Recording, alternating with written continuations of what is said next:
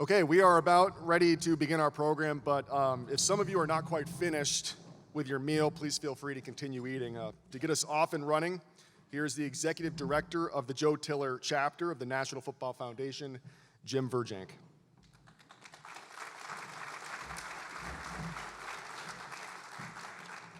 Thank you, Andy. Oops, I got to lower this a little bit. I'm not nearly as tall as he is.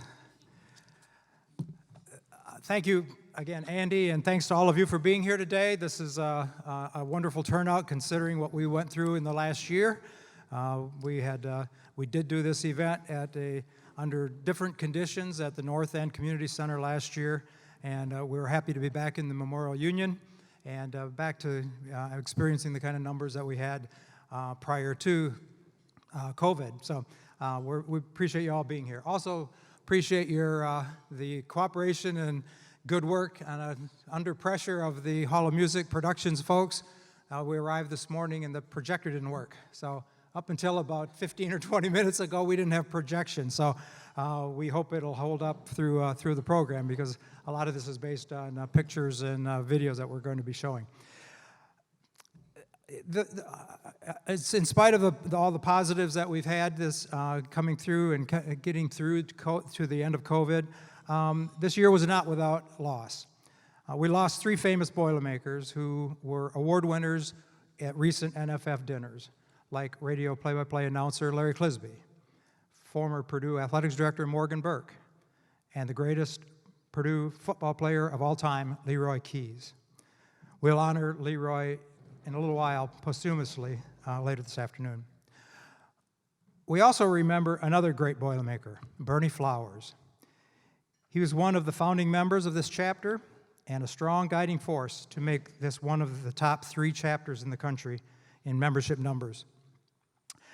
Bernie actually passed away 10 years ago, but his life was remembered and celebrated earlier this spring when West Lafayette Mayor John Dennis declared April 14th as Bernie Flowers Day in West Lafayette. They tied in with a fundraiser that was held to benefit the chapter's scholarship funds, held by XXX Restaurants, which is just located about 3 blocks from here. To give you a feel for who Bernie was and what he means to the people around here, please allow me to read parts of the proclamation that was put together and read that day. The proclamation reads, "Whereas Bernie Benjamin Bernard Kwiatkowski was born in 1930, raised in Erie, Pennsylvania as one of 15 children, and came to West Lafayette, Indiana in 1949 on a scholarship to play football for Purdue University, where he became known as Bernie Flowers." By the way, in Polish, Kwiatkowski means flowers. Whereas Bernie was a highly successful football career that included helping the Boilermakers end Notre Dame's 39-game unbeaten streak in 1950, catching 3 first-half touchdown passes in Purdue's first nationally televised football game, a 40-12 victory over Illinois, and winning the Big Ten co-championship and earning first-team All-American honors in 1952. Whereas Bernie had a career in professional football with the Baltimore Colts and the Ottawa Rough Riders, although it was a rather short career, because he was called into service to his nation, serving the United States Navy in the Pacific Theater during the Korean War.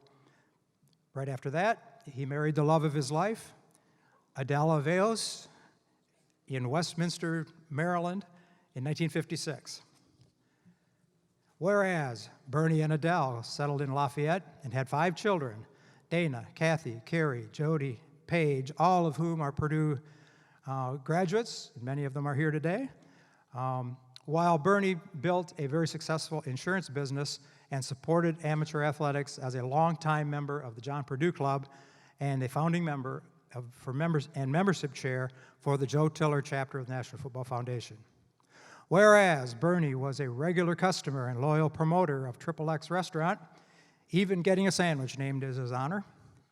Whereas April 14 marks the 10th anniversary of the sudden passing of Bernie Flowers at age 81 in Bonita Springs, Florida. Now, therefore, I, John Dennis, I'm not him, but this was for him. I, John Dennis, Mayor of West Lafayette, do hereby proclaim April 14, 2021 as Bernie Flowers Day in West Lafayette, and urge all citizens to join me in celebrating the life, personality, friendship, and accomplishments of legendary Bernie Flowers upon the 10th anniversary of his passing. In witness thereof, I have hereto set my hand and caused the seal of West Lafayette, Indiana to be affixed. That was adopted April 14, 2021, signed by Mayor Dennis. And I would like to ask a member of the Flowers family to come up, and I have a copy of that proclamation for you.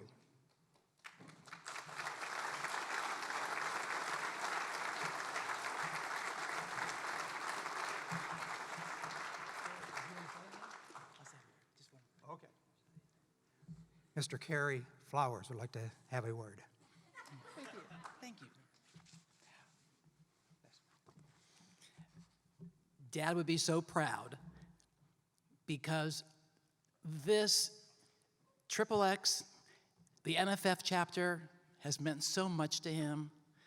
So if I was Bernie, I would say thank you so much. Thank you.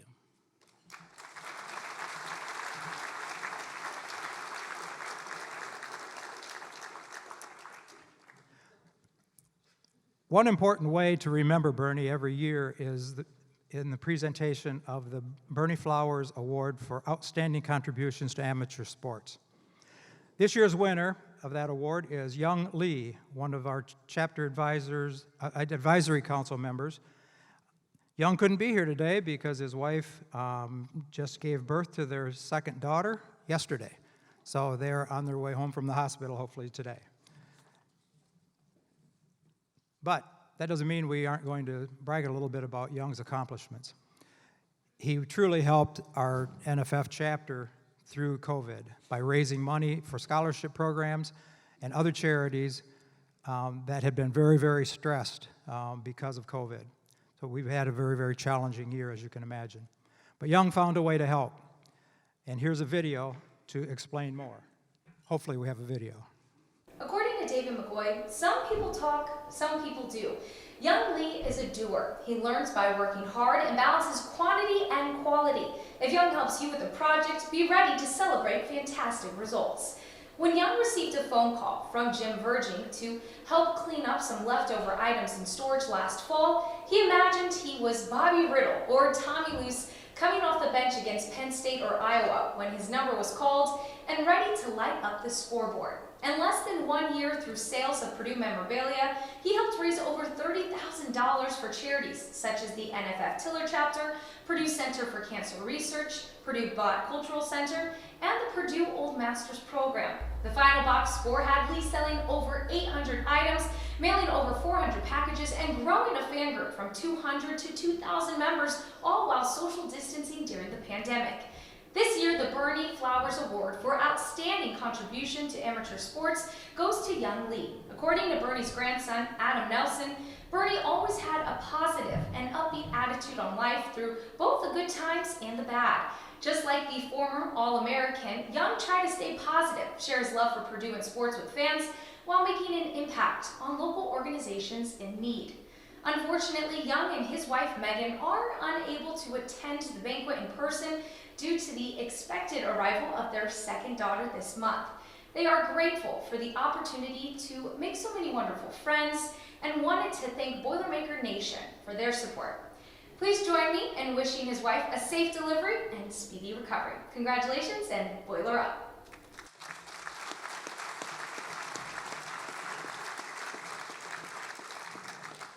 As you can tell, that video was just a little bit out of date. The baby was born yesterday. We'll give Young Lee his award at another event, the NFF Honors Reception at Coyote Crossing Golf Club on September 12th, or September 2nd, by the way, instead. That's a Thursday night in case you're interested in attending. But we do certainly want to acknowledge his efforts because He netted nearly $22,000 from the sales of the memorabilia online for our chapter. At least $12,000 of that is going toward scholarships. $8,000 of it is going into the Tiller chapter endowment, and a couple of other charities, one of which will be the Purdue Black Cultural Center, which you'll hear more about a little bit later in the program.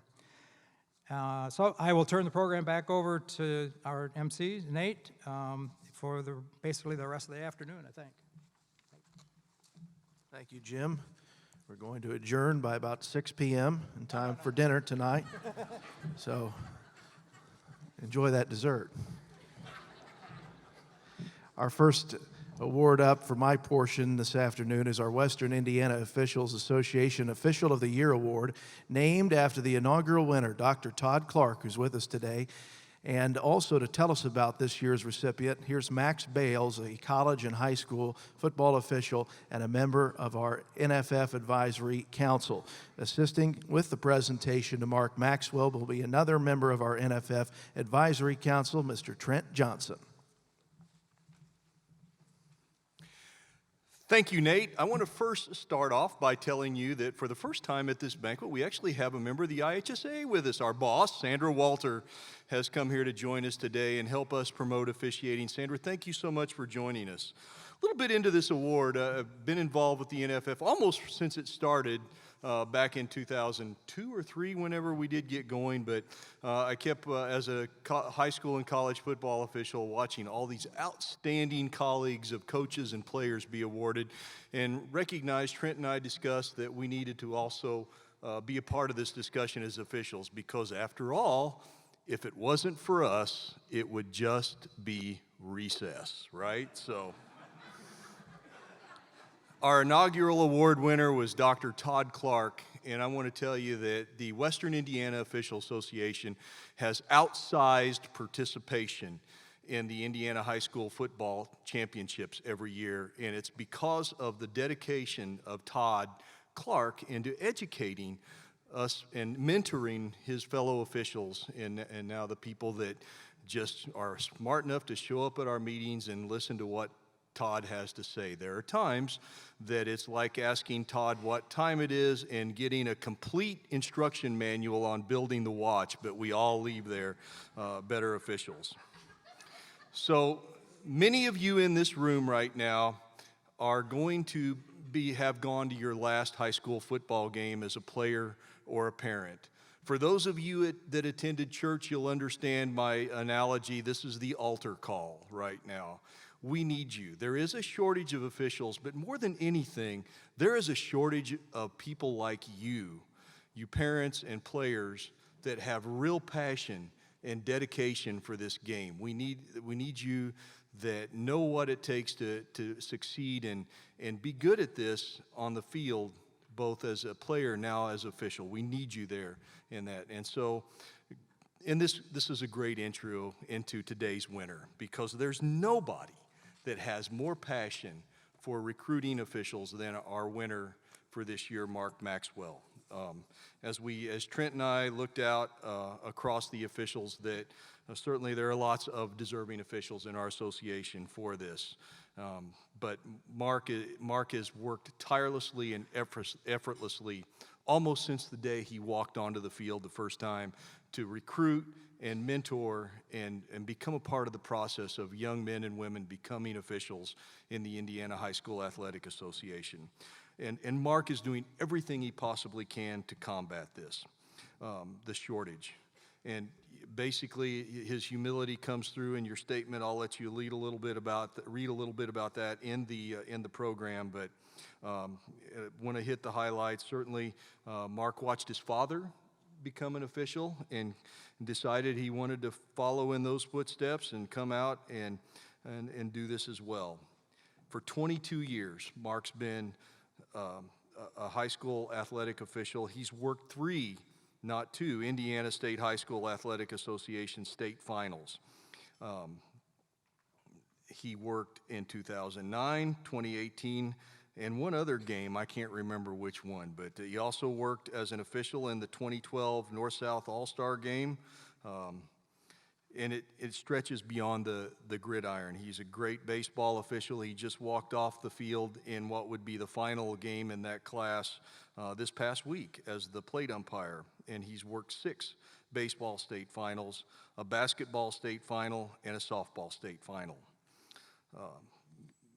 He accredits, as all of us do in the association, the quality of his officiating to the people that we have in that association mentoring us.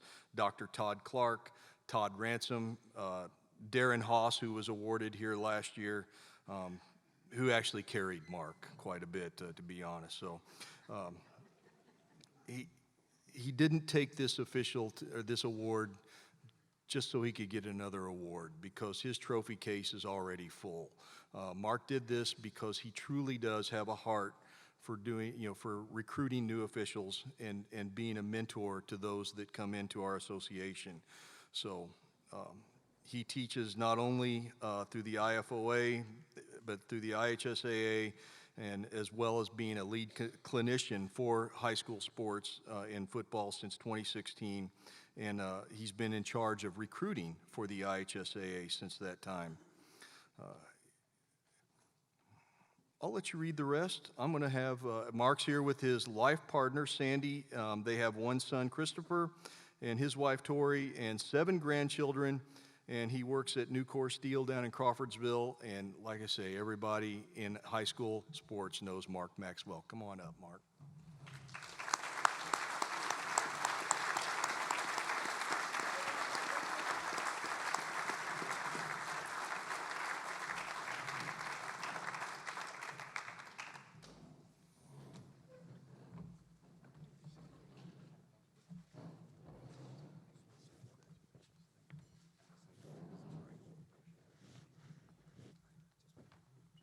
Hi, Mark. Hi there. How are you doing? Okay. Congratulations. Sandra, you have your pictures of Mark here? Okay.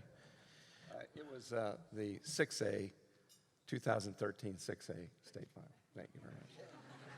Official would remember something like that. Well, it's been awfully rewarding for you, I'm sure. Mark, tell us what an award like this means to you. Well, when I first got the call, as I mentioned in the program, it's not about me. It's always been about the kids. What we do is try to keep the fairness going on between both teams on the field, and then afterwards trying to get home without too many problems. But the people that you meet, some of my best friends are officials. Some of my best acquaintances are coaches and ADs, and that's what it's all about. It's the people that are involved to be able to do the simple things that we do on the field. To echo anything that Max said, what would you say to somebody that's considering becoming an official out there, because we know there's a need? If you have the desire to give back, this is the way to do it. It keeps you in the game. You get to earn a little bit of money. You don't get rich. But you do have a world of possibilities when it comes to relationships. And you become a better person by doing this. Now, what would surprise folks that are football fans about officials? Well, we're everybody's dad, mother, brother, sister, uncle. We all have jobs to go to.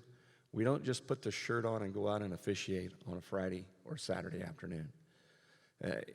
It's a passion that you have to give back. And as long as you're doing it the right way, the rewards come without even expecting them as far as that goes. Mark, thank you for all you do. Congratulations. Thank you.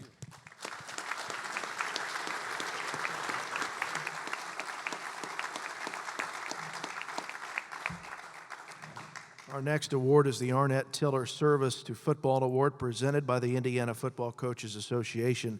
Here to introduce this year's winner is one of the IFCA Board of Directors members, Brad Smith, who is also a member of the Tiller Chapter's Advisory Council. Also assisting with the award is John Speaker, an assistant football coach at West Lafayette High School and a member of our Advisory Council. Brad, welcome.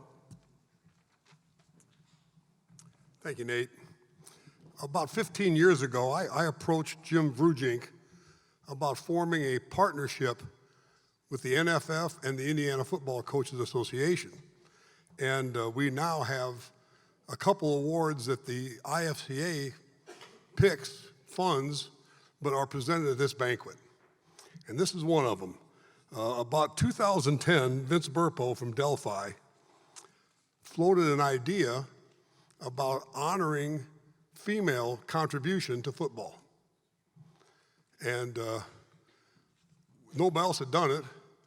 We talked to Jim about it. We started doing it here. Our first recipient was Arnett Tiller. And of course, it's now been named the Arnett Tiller Service Award. So it's been, we have in Region 4, Vince Burpo and me, Mike Johnson at Logansport, and Tim Roth in Winnemac are our 4-member committee that select this award from different nominees, and maybe after today we can add another committee member, I'm hoping. It's now my pleasure to introduce Marion Vrujink. On page 33 of your program is her bio and her resume. She had been a trainer at West Lafayette High School for 36 years. I don't think anybody in this room has ever served on as many committees as she has. I think it's a record. She was also one of the first female athletic trainers in the entire country. Before I introduce her, I want to read an email we received about her. It says, "I wish I could be there to give this award to a friend. In life, there are so many choices of volunteering and ways to help. Thank goodness there are still so many people who will. Football teaches many life lessons from the time kids start playing as little guys and often through life as they become fans and spectators. Thank you, Marion, for choosing this path for your involvement. Sincerely, Arnett Tiller." Marion Vrujink.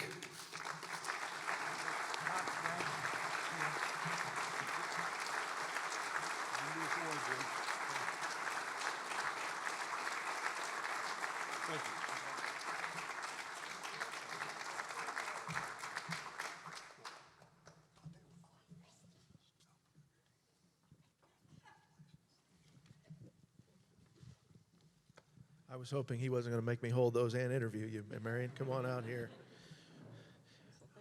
Cry. I am going to cry. That's a great picture, Marion. I know. I look a little younger, don't I? No changes in hairstyle. It's safe to say, Marion, you've had a very rewarding career in athletic training, and I know you love the kids you've worked with and all the people throughout the school corporation, but tell us what it means to you to win an award named after Arnett Tiller. First of all, thank you so much to the IFCA for this award. It's so humbling, and I'm so honored by that. And to receive an award named after Arnett Tiller, that just means so much. You know, we all love Arnett Tiller. She's a leader. She's a mentor to young people, and one thing I really admired about Arnett all those years was she always sat in the stands when she could have been in the press box, but she wanted to be a part of the community. And I think maybe she just wanted to be a little closer to the officials in case she needed to be. But I really, but I really think she just wanted to be a part of the community and cheer on our Boilermakers just like everybody else. And I admire her so much. She's a dear friend. Another thing worth noting about your career, Marion, in addition to helping all the players and teams, you coordinated the Lafayette Area Sports Medicine Symposium for 25 years. Tell us why that was important to you. Well, you don't do an event like that by yourself. And Dr. Hagan, Lafayette Orthopedic Clinic, and Lafayette Rehabilitation Services, they sponsored this event. And when we started it, we're talking early 1990s, there wasn't a lot of educational opportunities for people that worked with junior and senior high school athletes. So we had two goals. We wanted to have a half-day educational event for everybody that worked with adolescent athletes, and that meant we invited everybody in the area, that the coaches, athletic directors, school nurses, athletic trainers, physicians, everybody that worked. And we had just a wealth of expertise right here in our own community. Dr. Hagan spoke all those years, every year. and Dr. Krause spoke many of those years, and they would talk about athletic injuries, but we could also draw from other people as well, have topics on sports psychology and nutrition, conditioning. And even after Purdue had an active shooter, and everybody was concerned about that, how that would affect our athletic population, we brought in the police, and we brought in the EMS, and I had sports psychologists from Purdue, and we had a panel discussion on that. So, there was just so much that we could talk about and do, and that was one of our goals. And the other goal was that we wanted to have the opportunity to just, we're all working all the time, so there was very little opportunity for people to brainstorm, share ideas, have a relaxed atmosphere. The sponsors always had a nice lunch for all these people. So there was a lot of tradition. It started out in the early 1990s, caught on, and it's still going today. The baton has been passed to Craig Vole and Franciscan Health Sports Medicine, so I hope some of these traditions will carry on. And it was great fun to be a part of that, and like this event where community comes together. That was kind of what we had going with the Sports Medicine Symposium. Lastly, Marion, you've also gotten involved in your field on a national level, and tell us what that experience has been like for you.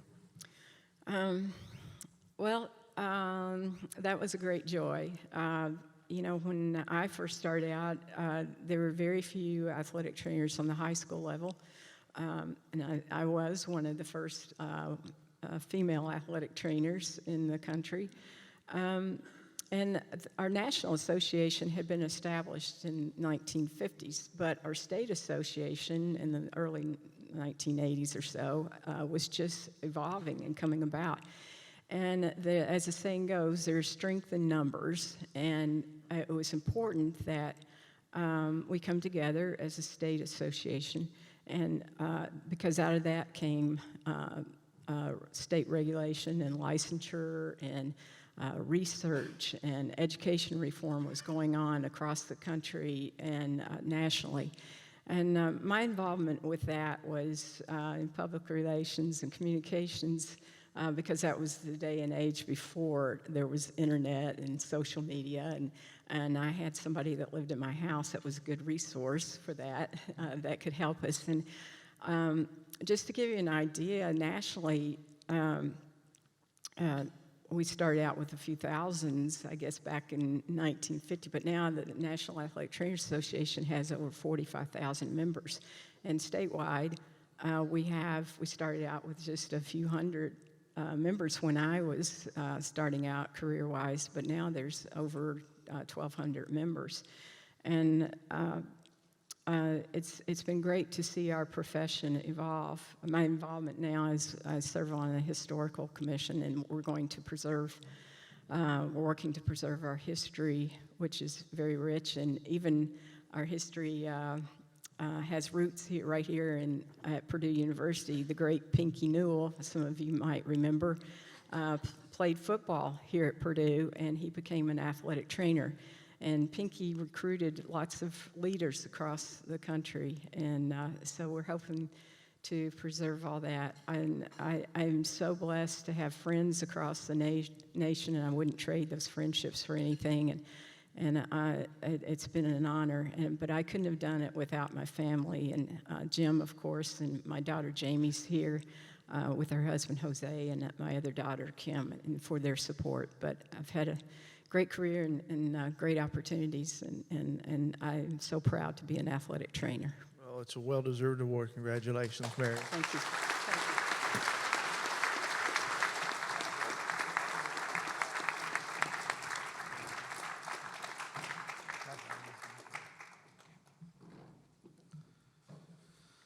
Our next award is the Patrick Mackey Courage Award, presented by Franciscan Health Sports Medicine. Here to introduce this year's winner is the Winnemac High School head coach, John Hendricks, who nominated this year's winner.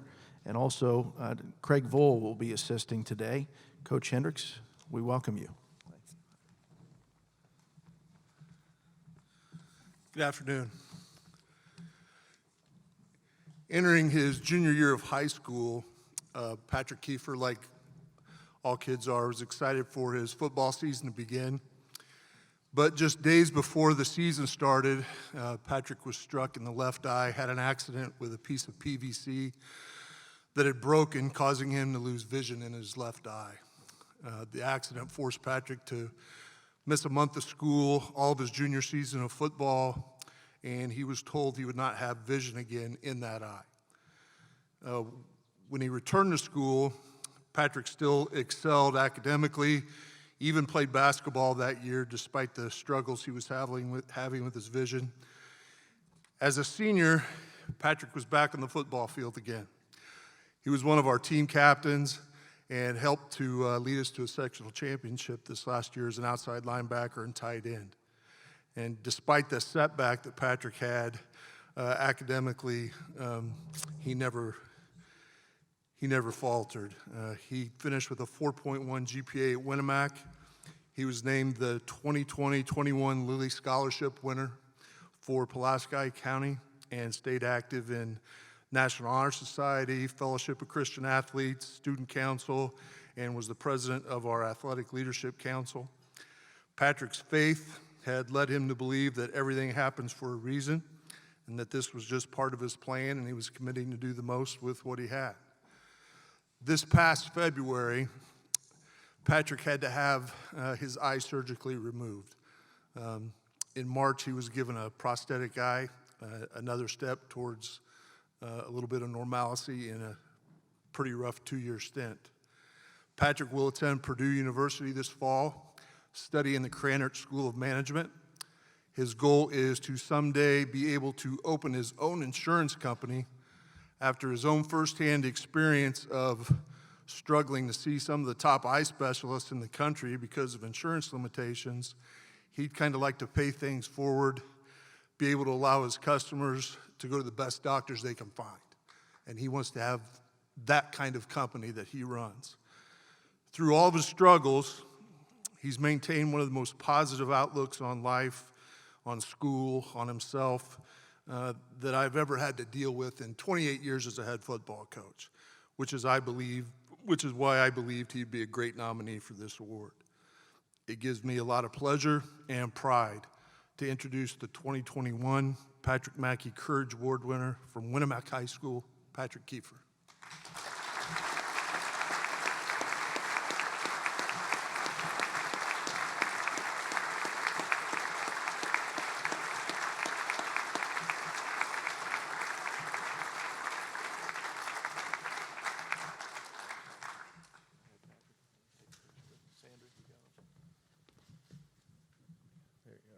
Patrick, congratulations on the award and all you've experienced over the past period of time. Tell us about how you think it's made you stronger.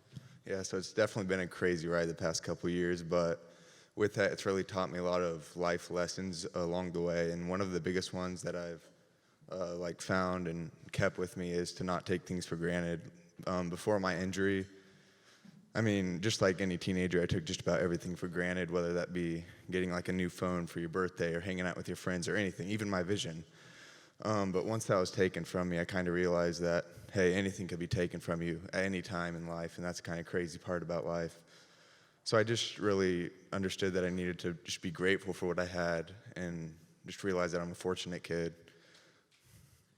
Tell us about some things that during your recovery period helped you as you were sitting there trying to rest and get feeling better. Yeah, so throughout my journey, I had constant love and support from my family, my friends, and my community. But one thing that really stayed constant was my faith in God, like they said earlier. There were times where I felt like I was just going to give up. It was so hard, and I didn't know what to do. But I always resorted back to my faith in God, and I knew that part of His plan was for me to overcome something like this, to help inspire others to do the same. Tell us about your future plans, exciting plans for you, it sounds like are coming up. Yep, so this fall I'm coming here to Purdue, and I'm going to be studying in business management and marketing at School of Krannert, so I'm excited to be here on campus. And I'm sure it means a lot to you about Coach nominating you. Yeah, he's a great guy. I mean, I couldn't ask for a better coach, and everything he's done for me, I really appreciate it.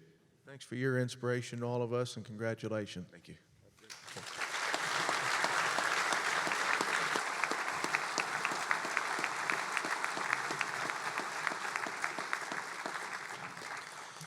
Our next award is the Tyler Trent Courage and Resilience Award, chosen by the Purdue University President's Office each spring and awarded at this honors brunch each year.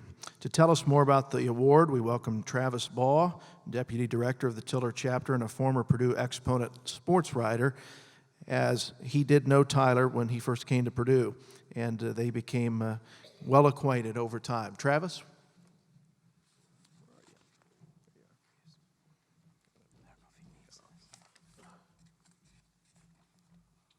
You need this. Okay, good. All right, I'll take this then. 3 years ago at this dinner, many in the Northwest Indiana sports community met and became aware of Tyler Trent for the first time. He was the recipient of the Patrick Mackey Courage Award for 2018 and arrived at this honors dinner in a wheelchair as a 19-year-old cancer patient, a Purdue student, a sports writer, and a huge Boilermaker fan.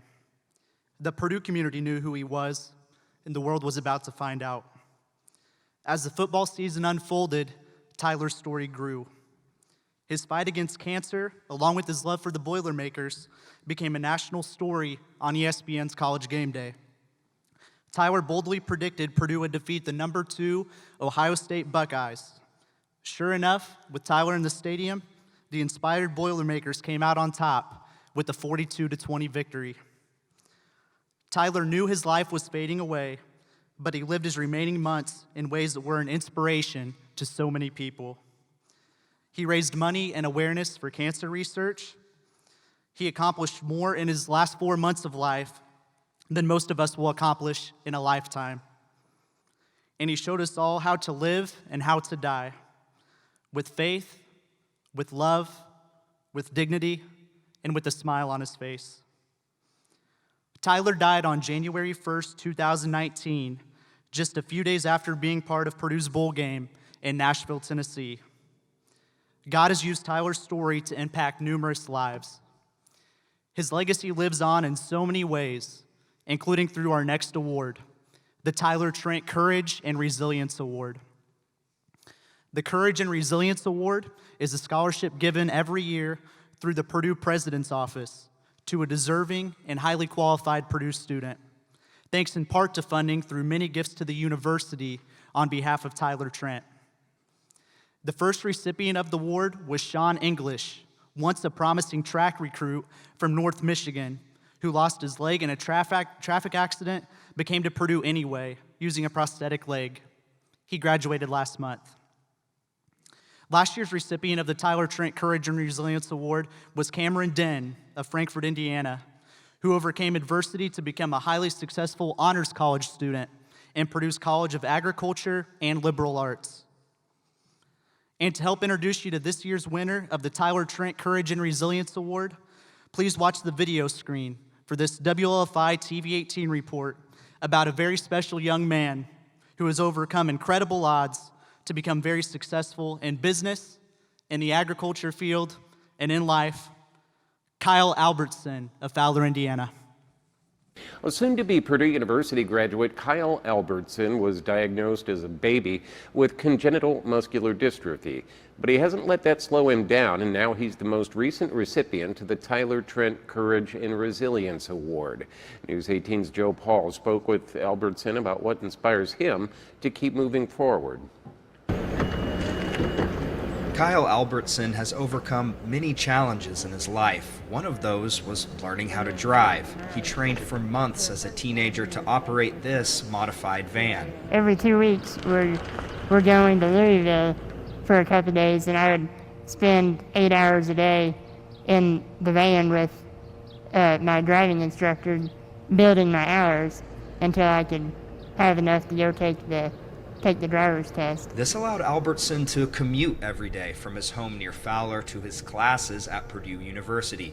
He'll graduate on Saturday with a degree in agribusiness management. My family used to farm, so I've grown up, on the farm or around the farm my whole life. Albertson also owns an agricultural drone business. He uses huge drones to spray and monitor crops, and he's the first licensed drone sprayer in Indiana. Agriculture is a lot of jobs are hands-on and, require labor, and stuff which I can't do. So I just thought, well, I know I'm good at drones. I've had a couple internships doing drone work. For all these accomplishments, Albertson was surprised by Purdue President Mitch Daniels during a recent video call. This is Mitch here. Daniels selected him for the Tyler Trent Courage and Resilience Award. You've actually been misled about this meeting, not that. His advisor staged the meeting as a senior exit interview. Albertson's mom, Tracy, was in on the secret. She says her son is the embodiment of resilience. You know, there's not much that can hold him back. He will figure out a way. And Albertson says he's honored by the recognition. Very humbled that I can be affiliated with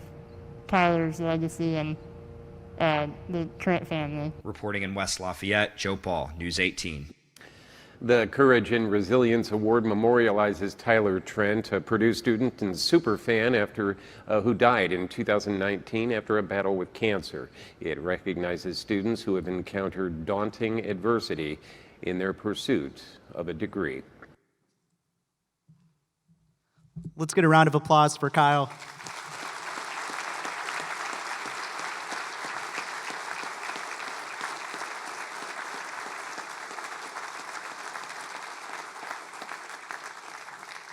We would like to ask Tyler Trent's parents, Kelly and Tony, to deliver the award named in their son's honor to this year's recipient, Kyle Albertson, here at Table 4.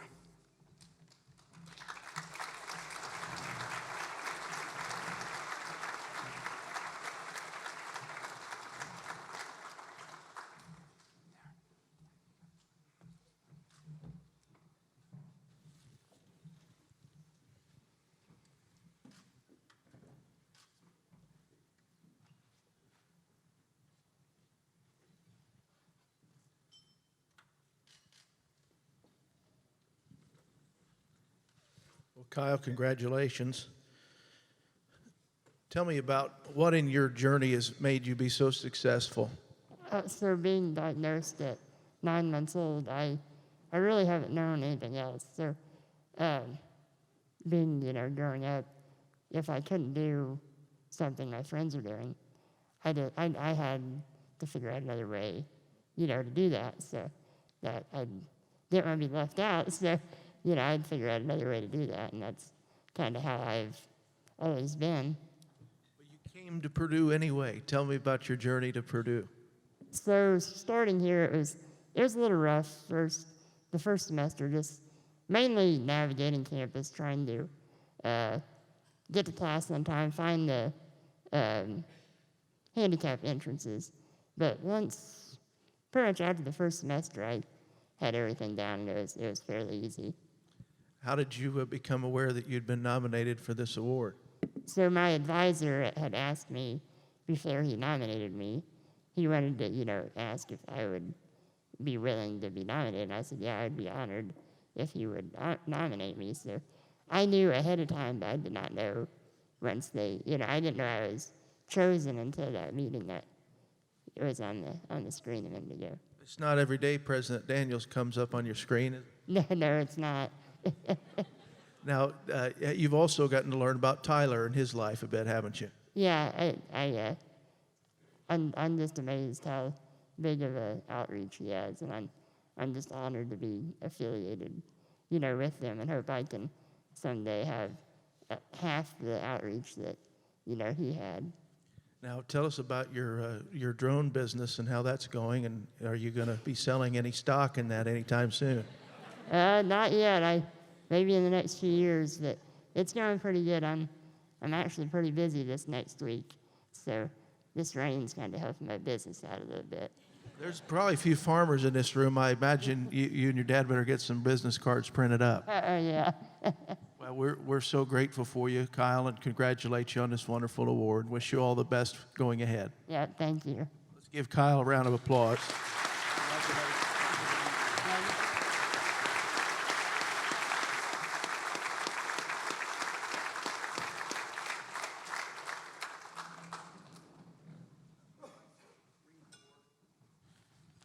If you'd like to read more about Kyle, again, that's on page 35 and 51 in your printed program. And as I'm getting settled back up here, we'd like to run a video for you. to introduce our next award. It's narrated by Purdue Associate Athletics Director Calvin Williams, focusing on the life and accomplishments of Leroy Keys, a true Boilermaker legend. And I'm getting word from the back that we were going to skip the video for now due to technical difficulties. And we're going to move ahead with our Chapter Legends Award. It's been given 7 times since 2012. It's sponsored by the Purdue Alumni Association. This just gives Matt Folk more time. The Legends Award will be presented today posthumously to the family of Leroy Keys, and here to help us with the award is a longtime friend of Leroy's, Matt Folk, who is now president and CEO of the Purdue for Life Foundation and also the Purdue Alumni Association. Also, Jeff Brom, our head football coach, will come on up along with Matt. Welcome, gentlemen.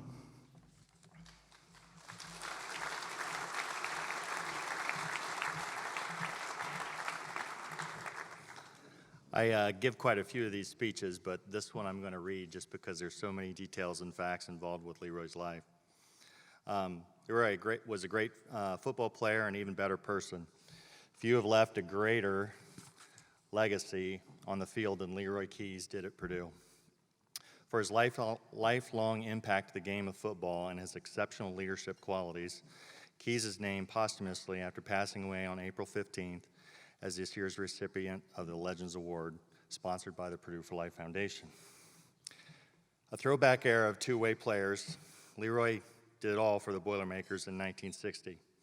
NFF's chairman, Archie Manning, said he was a great ambassador for the game throughout his entire life, making impact in West Lafayette and the Chicago area, where he became a valued participant in many NFF chapter events. A true Boilermaker icon, Keys remains the only 2-time consensus All-American in school history.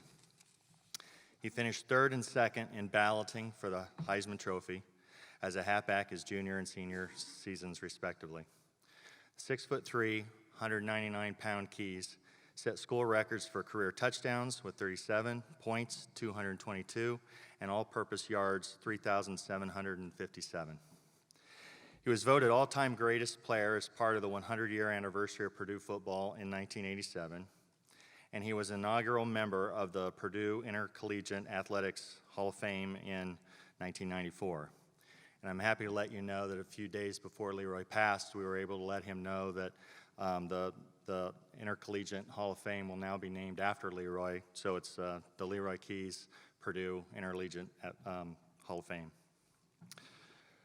The Boilermakers went 25-6 during Keys' 3-year career, including a victory in the '67 Rose Bowl over Southern Cal, of which I'd like to give him a hard time that I was not even born yet. Keys, who played high school football for George Washington Carver in high school in Newport News, Virginia, broke in as a sophomore playing defensive back the Boilermakers against Notre Dame, where he picked off a fumble in midair and ran 95 yards to score, which remains the longest fumble returned by a Boilermaker. As a junior, Keys scored 19 touchdowns, 13 rushing, and 6 receiving to set the Purdue season record, which still stands today, and led the nation with a school record of 114 points en route to being honored as the Big Ten Conference Most Valuable Player. The following year, he became the first Boilermaker to rush for 1,000 yards in a season and was selected to the 1968 East-West Shrine Game. In addition to the season touchdown record, Keys remains the Purdue score record holding for rushing average in a season of 6.6 yards per carry in '67 and a career 5.88 yards. He ranks 3rd in total touchdowns, 5th in rushing touchdowns with 29, 6th in points, 9th in all-purpose yards, 11th in rushing yards, and 19th in rushing attempts, 356. His 1,870 all-purpose yards as a junior were the standard for 40 years until Dorian Bryant topped it in 2007. Nicknamed the Golden Mr. Do-Everything, Keys' career statistics include 2,094 rushing yards, 80 interceptions, 8 touchdown passes among 12 completions, 4 interceptions as a defensive halfback, and 25.8 yard kickoff return average. He also handled kickoff duties. Keys was selected by the Philadelphia Eagles with the 3rd overall pick in the 1967 National Football League draft. A running back and safety, he played for the Eagles from 69 to 72 and for the Kansas City Chiefs in 73 before injuries curtailed his career. He had 6 interceptions and 3 fumbles in 1971. A desegregation specialist for the Philadelphia School District for 16 years. Keys returned to Purdue as running backs coach under Joe Tiller in 95 and 96.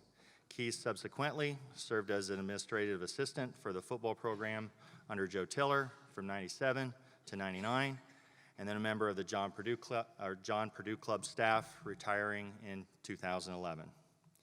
Keys was an active member of the Joe Tiller chapter of the National Football Foundation, frequently attending the annual golf outings and honors dinners. Keys has influenced many with his quick wit, huge smile, engulfing laugh, and caring spirit. Leroy was a father figure to many, important change agent and ambassador for Purdue University, and most importantly, a great friend to all that knew him. Indeed, he was the golden Mr. Do-Everything to all of us. Leroy was born February 18th, 47, and is survived by his wife, Monica, and his children, Raymond, Jacqueline, Cortland, and Colin. Thank you.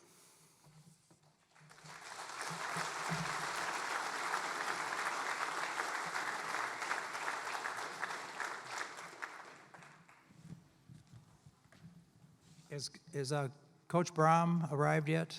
Coach? We're a little bit ahead of schedule, and Coach was going to be part of this presentation, but we'll go ahead, and I'll be Coach Brom's stand-in.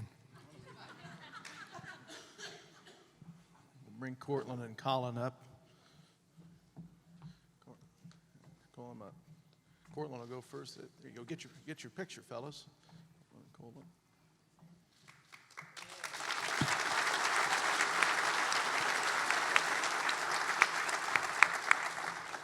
Cortland, I know your dad loved the game of golf. You're pretty good at it. What did he teach you about golf and life? Realistically, he taught me a lot of stuff about golf, about football, about sports, about life. But golf specifically, he's a big influence in the career, being a golf professional now. He was big in motivating me to just stay pursuit of those dreams. There's not a lot of African-American people in the industry. So in the state of Alabama, I'm one of 4 African-American golf professionals now. So it's all about being a trailblazer and leaving an impact and legacy. Now, for any golfers heading down that way, where are you? I am in Huntsville with the Robert Trent Jones Golf Trail, so please come visit. We have a big Boilermaker influence because we have NASA there, a big engineering town, so there's a lot of black and gold and a lot of boiler ups. Awesome. I want to talk to your brother, Colin, for a moment. And Colin, tell us about, I know you love cars, you and I have talked about that, but tell me about your dad's influence on you as you saw his life. Yeah, absolutely. My dad was recruited here to Purdue in '67, kind of before you got these NCAA rules on what could bring somebody somewhere. So my dad's first car happened to be a 1966 Mustang Fastback that he may or may not have been lured to Purdue with.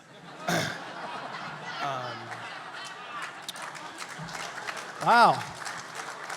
I mean, among other things, but no. There's a first in this banquet every year. That's a first. Well, I mean, no, but he, as Cortland mentioned, he really was the type of individual to say it doesn't matter what you want to do, as long as you want to do it, go do it.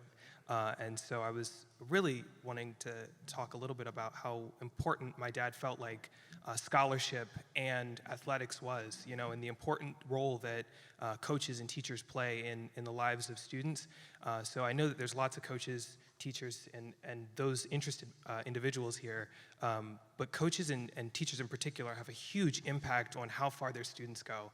And my dad, I know a lot of the times wouldn't say it, but he'd come to Harrison games after Cortland and I were gone just because he wanted to support students. And I think that all of us have the opportunity to keep doing that, and it's very, very important that we do so. I feel like for as great of an athlete as your dad was, so many of us that are younger think of him more as a mentor. Absolutely.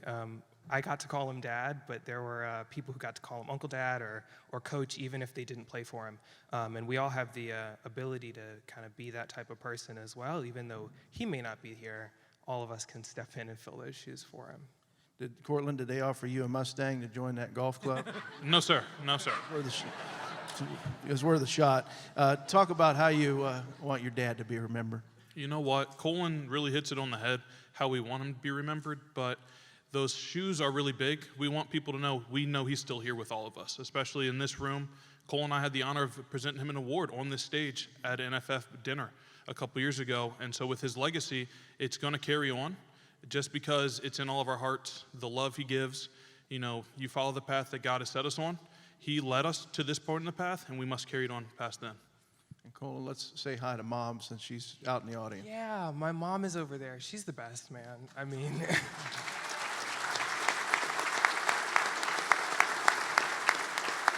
she, though sometimes Cortland and I go around West Lafayette and it's, oh, you're Leroy's son, oh, you're Leroy's son, this, that, the other. We get a lot of, oh, you're Monica's son. And so I want her to know that she, those, we oftentimes celebrate Dad, Mom's just as important. And I also don't want to forget mentioning my oldest brother, who he just moved here during COVID, actually, which was fantastic. This is my brother Raymond. And he is a spitting image of my father, so it's great that we get to have him around too. Guys, thanks so much for being here. Congratulations on the award. Let's give them a round of applause.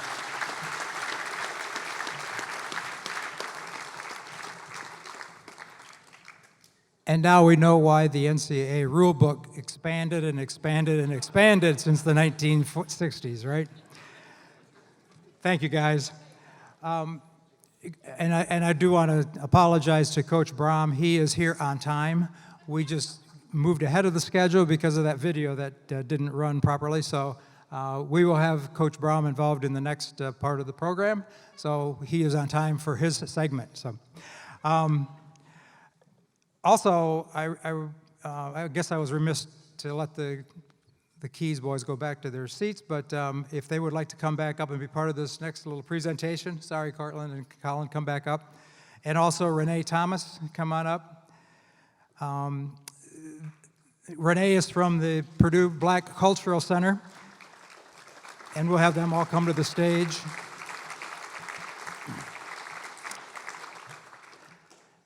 As mentioned earlier today, we were talking about young Lee's great work in the last year, raising some money for various charities and good causes. One of those charities that Lee assisted with was the Black Cultural Center on behalf of and in honor of Leroy Keys. Recognizing Leroy's great running skills, Lee Young has requested that the Joe Tiller chapter of the National Football Foundation donate $2,094 to the Black Cultural Center, $1 for each yard that Keys rushing totals during his explosive career in the late 60s. Many of the items sold through Young Lee's successful auctions were items pertaining to Leroy and were donated by Dave Statler. Renee, I'll let the Keys brothers hand you this check for $2,094.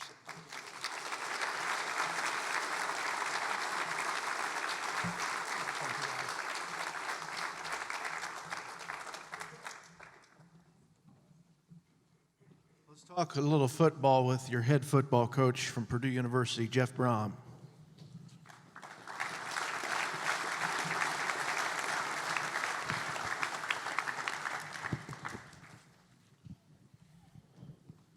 Coach, welcome. Good to see you. And we'll start off with, what was it like to coach last year?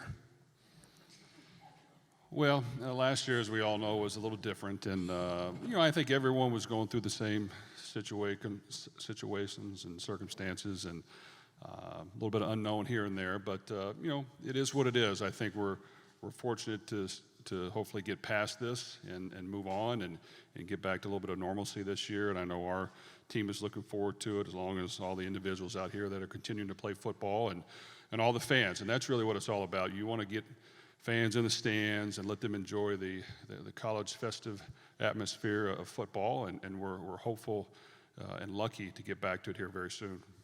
Coach, since the last down was played, you've been a busy man. Tell us about some of your new players and new staff this year. Well, I really like the direction that we're going. We did make a few changes, and I think it's important every year you analyze where you're at and how can you get better. And without question, I made some mistakes that we've got to make sure we correct, but we got to be man enough to identify those and move forward. But I really feel great about all the new coaches we have. Great people first. That's really what I was looking for. How can we hire great people that are going to do things the right way, take care of our young men, motivate them to be the best they can, and put a great product on the field. So I think that we've definitely done a great job there. We've added a few new players to the team, so I'm excited about those and see how they do. But we also got some guys coming back with a lot of experience and that had good spring practice. I think they're getting healthy. We've had a good summer to this point, and we've got a great schedule this year, like always. Conference schedule and add Notre Dame to the schedule. Probably about 5 out of the next 7 years is great. We look forward to playing that game because it will be a great atmosphere. And anytime you get a chance to play against the best teams across the country, it's a chance to showcase what you're all about. And over the last few years, we've had a few really good moments, but we want to have more. So I think our guys that put in the work, our coaches are working hard. We want to do everything in our power to make the fans here happy and to have a great experience and to put Purdue back on the map. One of the things that Jim has in my notes here, Coach, is that you're aware of how much this chapter's done for getting Purdue-related folks in the College Football Hall of Fame since its inception, and that's something Coach Tiller was passionate about. And he wanted you to touch on your passion now to get Coach Tiller and Coach Howard Schnellenberger into the Hall of Fame. Well, I think, as you guys know, Coach Tiller was an outstanding coach and should be recognized as that. I had the fortune to play for Coach Howard Schnellenberger, and once again, he was an outstanding coach and should be recognized. And there's certain rules that probably are preventing that from happening, but I think when it comes in to recognizing great football coaches and the value they had to their program and the ability to get young men to play at a high level and to get fans to be a part of it and to get to Rose Bowls and for Coach Schnellenberger to get to national championship games, those guys should be recognized. They help build programs. They help do their part to be great people as well along the way. And I think, those guys definitely should go in the Hall of Fame. Let's look ahead, barely 2 months away from Oregon State, and we also see there's a team from South Bend on the schedule this year. I know the Flowers family would like you to go up there and do a number in South Bend, and just tell us as you look at the season. Well, we're excited about it. It's an opportunity to play great football teams. Anytime you get a chance to do that, as a coach and player, you should be motivated to work that much harder to find a way to win and to find a way to improve and get better. I do think our team is hungry. I like the makeup of our guys. They work extremely hard on the field, in the classroom, off the field.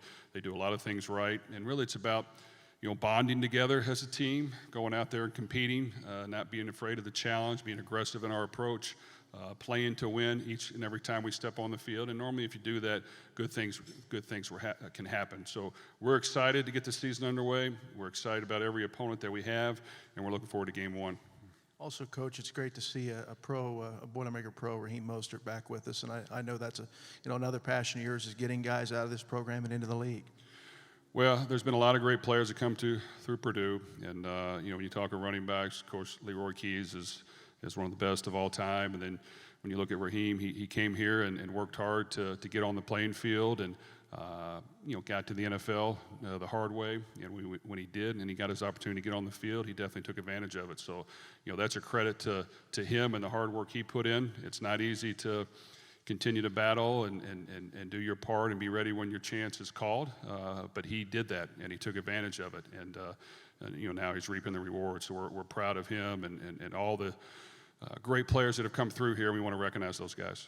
Coach, we thank you, and we'll invite you to hang out for a minute. Alan Karpik's going to come up and read about Raheem's award for the Drew Brees Award, and we'll look forward to football real soon. Thank you. Okay, thank you. Thanks, Coach.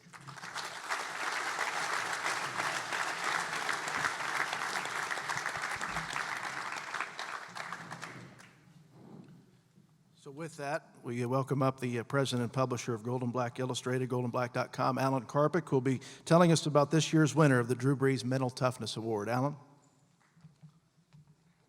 Thank you, Nate. And I think one thing about this banquet, we all think it's a Sunday afternoon in June, and maybe we could be out golfing or doing something else. But the inspiration is always amazing to me. I mean, we hear about Leroy Keys and Kyle Albertson and Bernie Flowers. It all starts with what he's meant. A lot of people making a difference on a daily basis. Jeff Brom, the same way, taking time out of his very busy weekend to be here. This is what this is all about, and I'm grateful to be a part of it. This award, the Drew Brees Mental Toughness Award, has been presented every year since 2007, until last year, of course, when Raheem was chosen as the recipient but was unable to be here to accept the award due to the pandemic when we had to postpone last year's event. And then reduce it when we had it in July. And Jim Vrujik did an amazing job getting that done last year and being able to keep that tradition moving. But Raheem went through some really tough times. You'll read about it in the program on page 37 and 54. Some tough times growing up, some tough times during his time at Purdue, some tough times on the football field, because there was times when he didn't get his opportunity, but when he got his opportunity, he made the most of it. And we all, as Purdue people, are proud we can take some pride in watching him play in the NFL, and that game against Pittsburgh, among others, was unbelievable in terms of Green Bay, I should say. He did unbelievable to watch. And he's continuing to thrive, and he got a good contract too, so good for Raheem, and congratulations to Raheem. But we have a little video here to show, which including his trip to the Super Bowl in 2019 with the 49ers, and here are a few highlights courtesy of Fox Sports from Mostert's greatest game to date. It's George Kittle at the bottom. Somehow the handoff into the arms of Mostert. He's gone. Touchdown, San Francisco.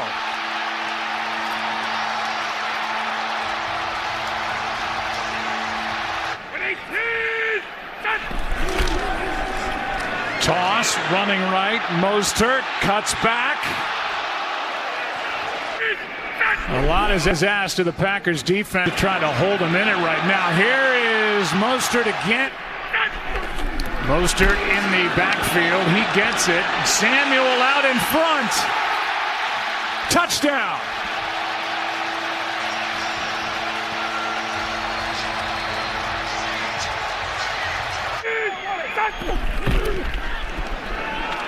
Toss to Mostert. Cuts back. Rumbles down inside the 35. Toss to Mostert, who's already over 100 yards. He takes it inside the 30. That use check for a fullback able to block on the edge. High snap. Handoff for the first down and more. Mostert.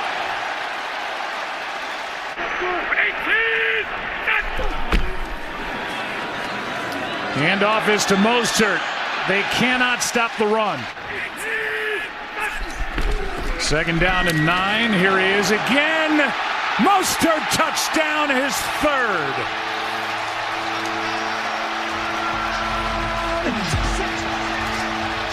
And we see all the different things that they're able to do within it, and it has been awfully good.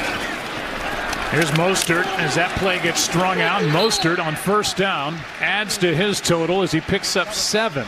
But you've got to get a buy-in from the receivers, from your tight end, everyone, and they get it here in San Francisco. Here's a toss to Mostert running right. First down. Andy Reid likes to throw it because of his days in the punt, pass, and kick. Garoppolo's still only thrown 6 passes.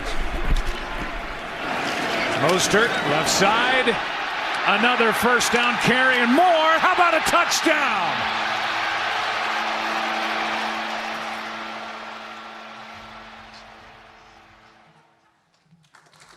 That was one unbelievable performance.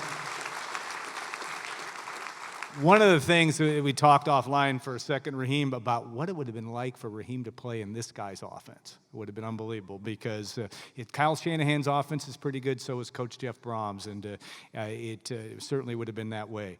Drew Brees, who this award is named after, was not able to be here for this year's presentation, but Drew, as in typical Drew fashion, did submit a video message for Raheem last summer. And keep in mind, these comments were made prior to the 2020 season, but we thought we'd play this for you now. Raheem, man, congratulations on the Mental Toughness Award. I honestly cannot think of anyone who deserves it more than you, especially all that you've endured, man, all that you've had to push through. Man, you are the model of perseverance. You are the model of toughness and courage. And man, you deserve everything that you have received. Now, I'm not too happy in the performance that you had down in the Superdome this past year. We had a wild game. You guys found a way to win.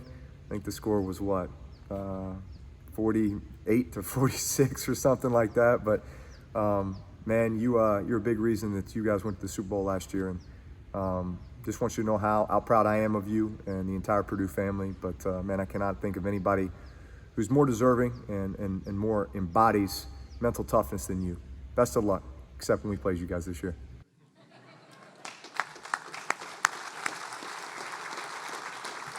Raheem, why don't you come up and receive your award and make your way up there.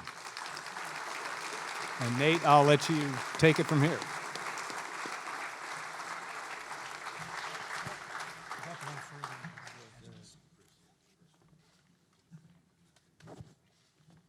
Raheem, welcome.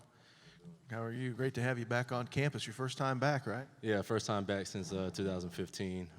We came for the homecoming game. I had a double bye week that year. Yeah, and it was fun. It was a lot of fun. Came back and watched those Boilermakers play and stuff. I felt bad for the Packers there. Yeah, you know, that's just the nature of the beast, I guess you could say, when you're dealing with football. So just got to go out there and perform like Brom said, you know, when you want to just produce at a high level and, you know, go out there and give a good product, and that's what I was able to do. What was it like as an NFL player to go through last season? It was really tough. You know, honestly, I don't want to get too emotional, but you know, I didn't have my family last year. My wife, she's sitting here at the table. We were pregnant with our second boy, and fortunately, it was unlucky but lucky. I had got injured the second game of the season, and I was able to go to the birth of our second boy. Yeah, I missed out. I missed out like 6 months of our second boy, so it was kind of tough. But you know, when you're dealing with the mental aspect, you know, you have to be able to provide, and that's something that I'm always going to cherish. But you know, I wish I could take back those 6 months from my wife. Tell us what it means to you to get an award named for Drew Brees. You know, all the mental toughness he's shown over the years. Yeah, you know, it means a lot. You know, first off, I want to say to Tyler Trent and his family, you know, he's an unbelievable guy. I wish I would have met him, even being at a distance that I was able, you know, still reading about his story and everything like that, it was really very inspirational. I want to thank you guys. Y'all raised a real good one. And then also to Kyle, you know, you're enduring a lot too. So, you know, everybody goes through something, and at the end of the day, it's what you can handle, and you know, you just gotta stack one foot in front of the other, and that's all you can really do. And that's something I cherish a lot about. Give us a sneak look at the 49ers and what you expect this year for your team. Yeah, you know, I love talking ball. I can talk ball all day, but it's definitely an exciting year this year. It was unfortunate that we weren't able to do what we wanted to do last year due to injuries and stuff like that. And, you know, everybody was dealing with COVID, so it was a little bit unconventional for everybody. But at the same time, you know, you still have to do what you have to do. And this year, we're definitely feeling it. Yeah, I'm excited. Yeah, it's going to be fun. Mention your wife. Would you like to introduce her to us? Oh, yeah, that's my wife, Devin Mostert. Yeah. She plays soccer here. We met freshman year, first semester, and we started dating second semester. So we've been together for 10 years now. Been married for 5, and yeah, it's been amazing. We got 2 beautiful kids. Gunnar, he's our oldest. He's 2 years. He just turned 2 this past Tuesday. And our youngest one, his name is Nico, and he's about 9 months, so it's a little chunky one, but yeah. Keep feeding him. Oh yeah, I got to. And then I also want to, you know, she helped me out through this whole process. You know, when I was here at Purdue, you know, it's a little bit challenging when you're trying to balance football, especially coming from a background where I came from, it was a little bit of a challenge. Just I didn't even really know how to write a paper, you know, and she helped me out. She never missed a single class, had all A's. I think one time she had like a A- and was in tears. And I'm like, look, I'll take the A-, you know. So yeah, sign me up. But yeah, she helped me out, and it was, you know, fortunately I wasn't like Leroy. I didn't get the Mustang and stuff like that when I got here. So you know, I wish I would have. That would have been a sick ride. But yeah, truly it's an honor to be a Boilermaker. I'm very proud to be a Boilermaker. You know, I'm always gonna be grateful. And yeah, like I said, I'm just thankful for the opportunity and stuff. Before we let you go, we have a lot of scholar student athletes out here. What would be your message to these young student athletes as they look ahead? Yeah, you know, whether you're a Boilermaker or not, you know, everybody goes through something. Everybody has different adversities. You know, my biggest thing is don't let that define who you are, who you truly want to be. You know, I never thought I'd be in the league for 7 years. When I was coming out, you know, there was articles written about me. Oh, he's just going to be a special teams ace. He's going to, you know, play max 3 years. And, you know, I didn't listen to all that. You know, my biggest thing was I'm just going to do what I do. You know, I love the game of football. I love what I do, just like a lot of people love what they do. Just endure it. You know, it's going to be tough. It's going to be a tough time for you. But if you're able to stack those bricks, just keep stacking them, because it's going to pay off, whether you believe it or not, whether you can see it in the near future or not.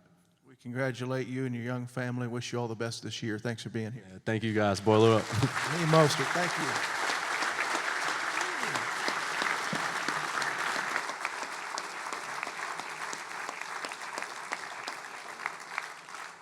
At this time, we ask that all of you scholar athletes, all-stars, and players of the year who are invited to be recognized today, please make your way to the west side of the room, or the left side as you face the stage, and line up in alphabetical order for your introduction. Please move in that direction right now and line up behind Vincent Allegretti of Andrean or behind Gabe Anderson of Oak Hill at the edge of the steps leading to the west edge of the stage and closest to the American flag. If you still have your name badges on you, you should be able to quickly figure out where you fit in. We have new NFF Advisory Council members over there along the west wall to help get you organized, and you can extend out into the hallway if you wish, and please try to remain socially distanced if possible. And with that, I'll turn things back over to Andy Pogar.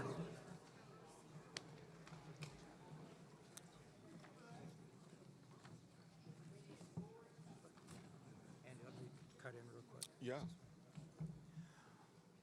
While they're all lining up in alphabetical order, let me ask a quick question of our production folks. Is there a way will we ever get the Leroy Keys video or no? Is that lost? Okay, all right. I don't have the connection. So, all right. When let us know when you guys are ready to start.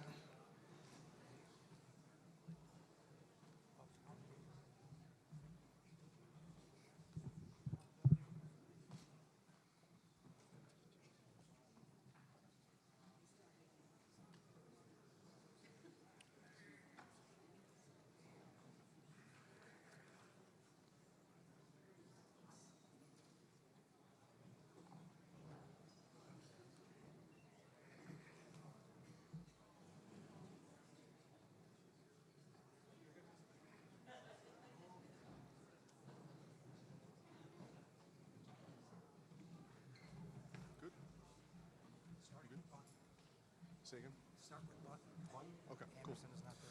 All right, hello again, everybody. It's time to meet our student athletes, the brightest and best from throughout Northwest Indiana. These high school athletes represent 4 different groups of honorees. 1, the NFF Scholar athletes who were nominated by their football coaches and principals. 2, the IFCA Region Football All-Stars who were nominated by their coaches. 3, the Lafayette Journal and Courier student athletes who were nominated by their athletic directors, representing all sports, and the JNC Players of the Year selected by the JNC sports staff for various sports. Each athlete will be introduced separately from the west edge of the stage, receive a certificate, and the congratulations from former winners. The honorees will walk to the front center of the stage after receiving the certificate and pose for a picture with our board members. Handing out the certificates for us today are 3 former Scholar Athletes of the Year representing this chapter. Matt Lancaster, our 2009 winner from West Lafayette High School, a Butler graduate who is now a dentist in Lafayette. Ryan Spessard, our 2013 winner from Carroll High School, who is a Purdue graduate and working as an engineer for Caterpillar. And August Schott, our 2018 winner from West Lafayette High School, who is in his final year at Purdue. Assisting with the presentations and posing for the pictures are Alan Karpick, Sam King, and Brad Smith. Also helping with the logistics is Travis Bobb back at the control table assisting with pictures. On pages 9 through 22 of your program, you can find more information about these student athletes. As I introduce each one in alphabetical order, I invite his or her family and friends to stand, and feel free to give a big shout out to the kid as he or she crosses the corner of the stage, receives a certificate, and poses for a picture. Okay, let's get this show on the road. From Central Catholic High School, please welcome Jacob Bunton. Jacob is an NFF Scholar Athlete nominee. Purdue University is Jacob's college choice. From Twin Lakes High School, here is Kyla Kanan. Kyla was selected as a Region 4 All-Star as a student manager. She will continue her academic career at Ivy Tech. From Kankakee Valley High School, please welcome Elijah Carden.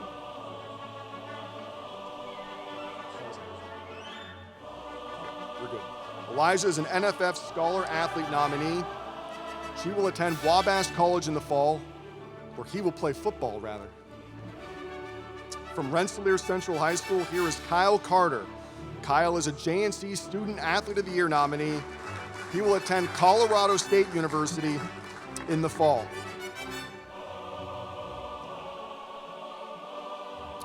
From McCutcheon High School, here is Chloe Chacoin. Chloe was named the JNC Player of the Year in volleyball. She will be a junior at McCutcheon this fall and recently committed to play at Penn State University.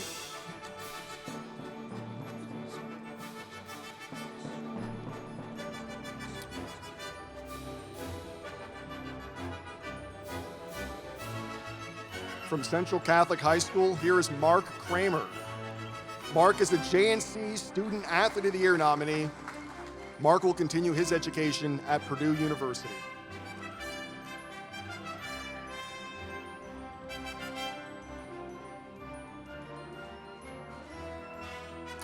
From Twin Lakes High School, please welcome Lewis Dellinger.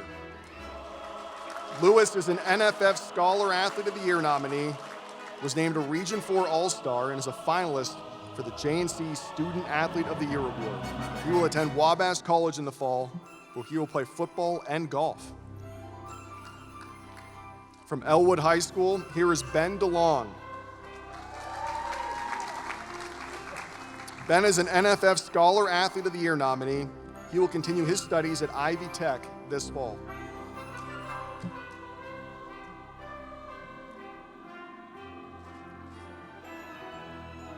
From North Newton High School, here is Mackenzie Dresbaugh.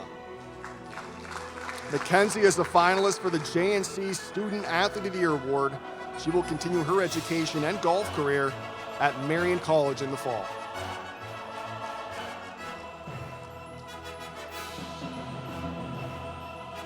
From Fountain Central High School, please welcome Carson Eberly. He is a finalist for the JNC Student Athlete of the Year Award. He will attend Purdue University in the fall.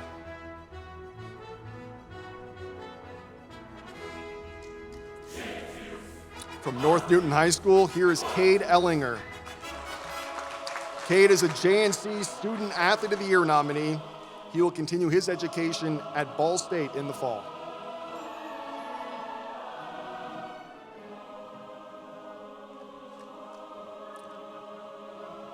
From Tri-County High School, please welcome Kylie Foster. Kylie is a JNC Student Athlete of the Year nominee. She will continue her education at Purdue University this fall.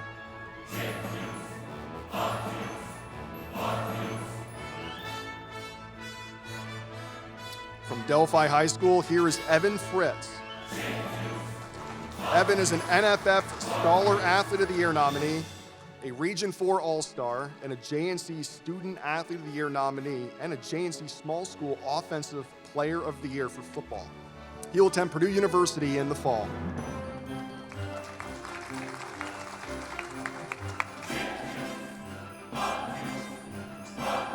From Seeger High School, please welcome Elijah Green.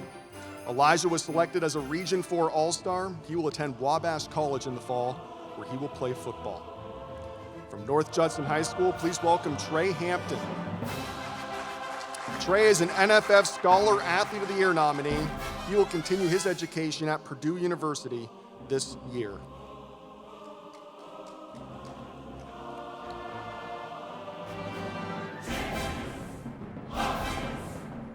Carroll High School, here is Jaden Harness. Jaden is a JNC Student Athlete of the Year nominee. He will attend Trine University in the fall, where he will play football.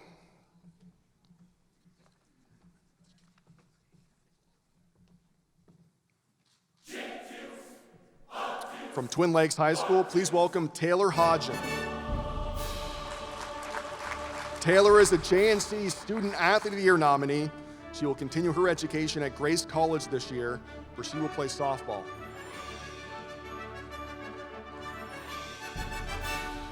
From Winnemac High School, please welcome Patrick Kiefer. Patrick is a finalist for the NFF Scholar Athlete of the Year Award and the recipient of the Patrick Mackey Courage Award. He will attend Purdue University this fall.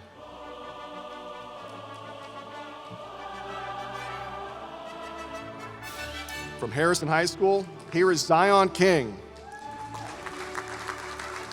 Zion is an NFF Scholar Athlete of the Year nominee, a Region 4 All-Star, and a JNC Student Athlete of the Year nominee. Zion was selected to play in next month's Indiana North-South All-Star game. He will continue his education at Ball State University in the fall.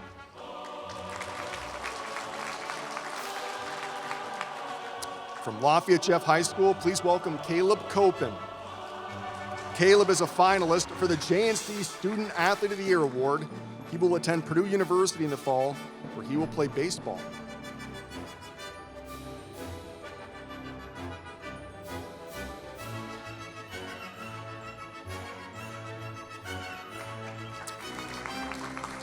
From Lafayette Jeff High School, please welcome Colton Lannon. Colton is a finalist for the NFF Scholar Athlete of the Year Award. He will continue his studies at Purdue University in the fall.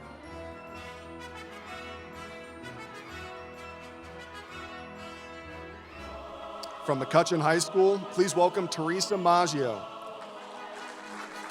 Teresa was named the JNC Player of the Year for girls basketball and will be a senior next fall.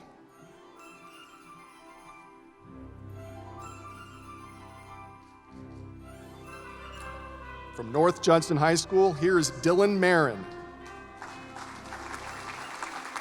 Dylan was named a Region 4 All-Star. He will join the local 597 Pipe Fitters Union.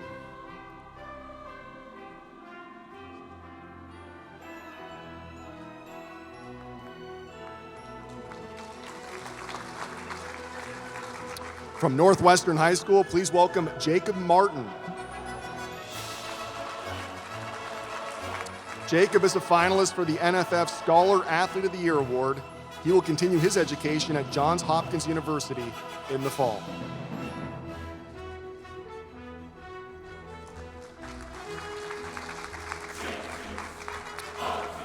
Now from Clinton Prairie High School, here is Tinley Neal.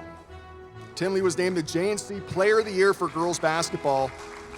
She will be a senior at Clinton Prairie this fall.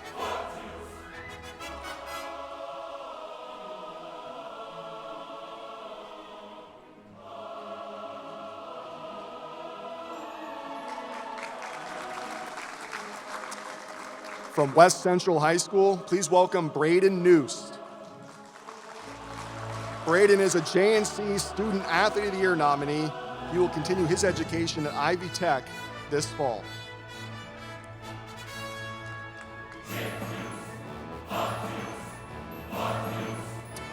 From Attica High School, please welcome Ella Peterson.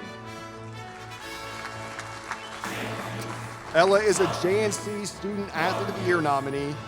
She will continue her education at Purdue University in the fall.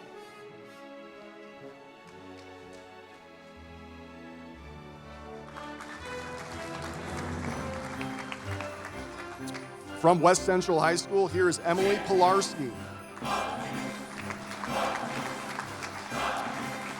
Emily is a JNC Student Athlete of the Year nominee. She will attend IU Fort Wayne in the fall.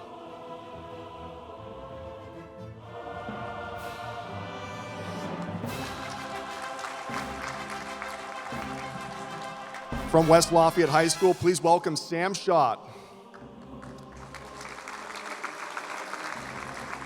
Sam is an NFF Scholar Athlete nominee, a Region 4 All-Star, and a finalist for the JNC Student Athlete of the Year Award. He was selected to play in the next month's Indiana North-South All-Star game. Sam will continue his education and football career at Illinois Wesleyan this fall.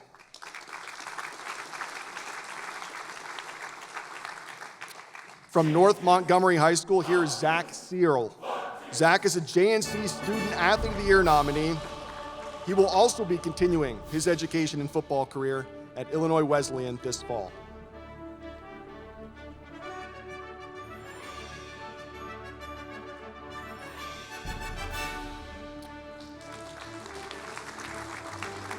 From Clinton Central High School, please welcome Addie Sheets.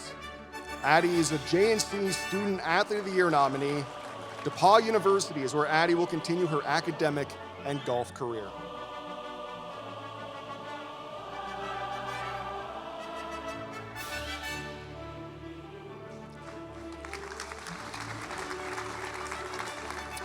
From Clinton Central High School, please welcome Owen Smith. Owen is a finalist for the NFF Scholar Athlete of the Year Award and a JNC Student Athlete of the Year nominee. He will attend Anderson University in the fall.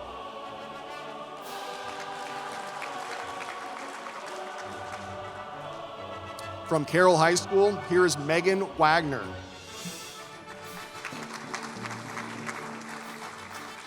Megan is a finalist for the JNC Student Athlete of the Year Award. She will continue her education at Purdue University this fall.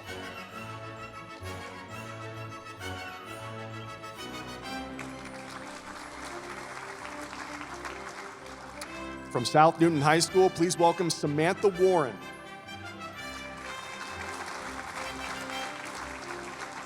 Samantha is a JNC Student Athlete of the Year nominee and was named JNC Player of the Year in volleyball. She will continue her volleyball and academic career at Valparaiso University in the fall.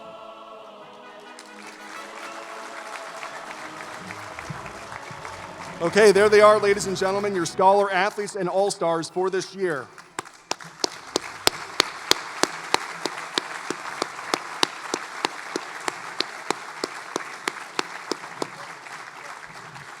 All right, now to make the announcements about the finalist and eventual winner of the 2021 JNC's Student Athletes of the Year and the NFF's Scholar Athlete of the Year for Northwest Indiana, I now invite to the stage Dr. Bob Hagan, a longtime member of our NFF Advisory Council, along with Mike Carmen, Sam King, Matt Lancaster, and Brad Smith to assist with the presentations.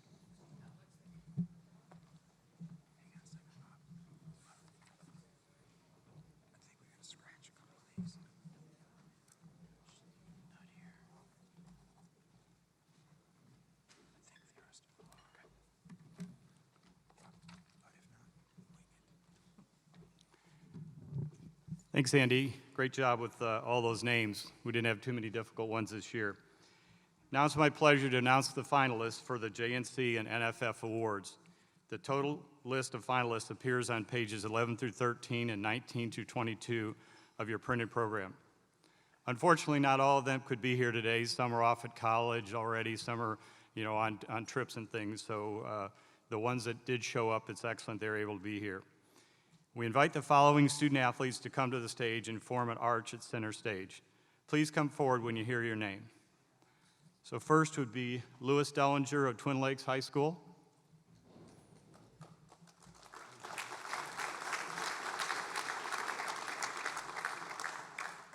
Mackenzie Dressbaugh of North Newton High School.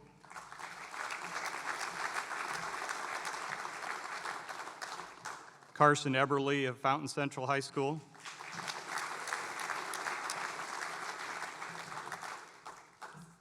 Patrick Kiefer of Winnemac High School.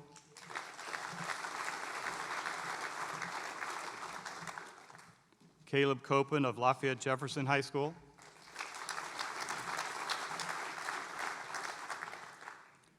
Colton Lennon of Lafayette Jeff High School.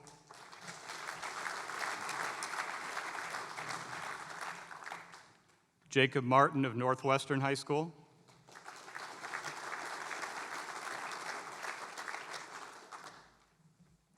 Owen Smith of Clinton Central High School.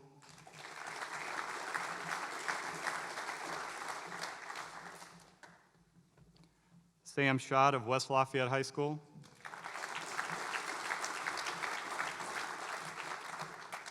And Megan Wagner of Carroll High School.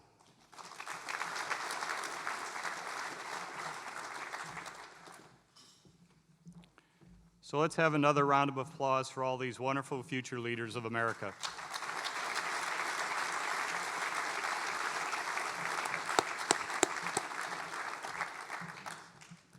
The JNC Student Athlete of the Year program has been in place since 2001, with a male and female winner selected by the staff of sports writers after soliciting nominations from throughout the newspaper coverage area. In the first 17 years of this award, the winners were announced in print in the newspaper, but no dinner was held, no certificates were presented, and no scholarships were awarded. This is the fourth year that the NFF Honors Dinner has expanded to include the JNC Awards presentations. So we'll ask Mike Carmen of the JNC staff to present the award to the winner of the JNC Female Student Athlete of the Year for 2021 to Megan Wagner of Carroll High School.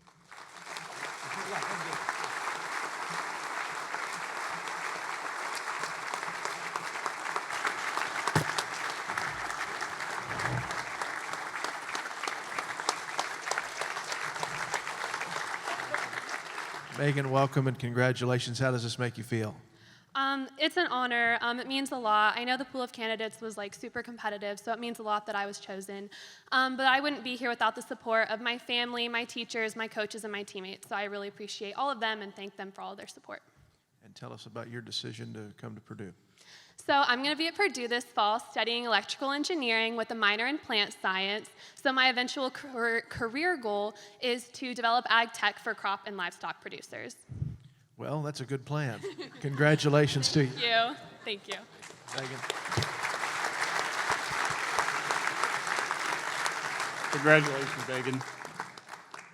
For our next award, this time Sam King doing the honors, and from a crowded field of excellent candidates, the JNC sports staff has selected as its 2021 Male Student Athlete of the Year, Louis Dellinger of Twin Lakes High School.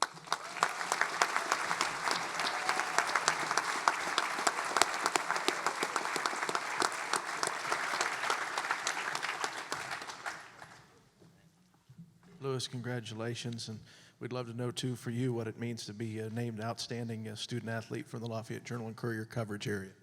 It feels great, especially competing against everybody up here. I mean, everybody up here is deserving of something like this, and it just feels good to be the one that finally got it. Tell us about Wabash College, how you chose it, and how you decided on a major. I chose Wabash College just because they offered me to play football there, and I didn't feel like I was done playing football, so I'm going to keep going. And I'm going to do engineering, which is actually a dual degree program where I go 3 years there and then 2 years at either Purdue or WashU or Columbia. We appreciate it, and congratulations. Well, thank you.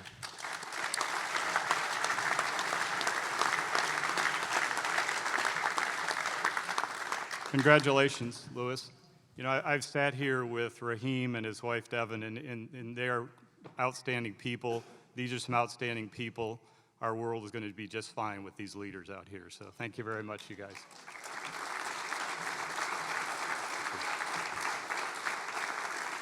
So I have the honor of being part of the selection process for the NFF Scholar Athlete of the Year every year.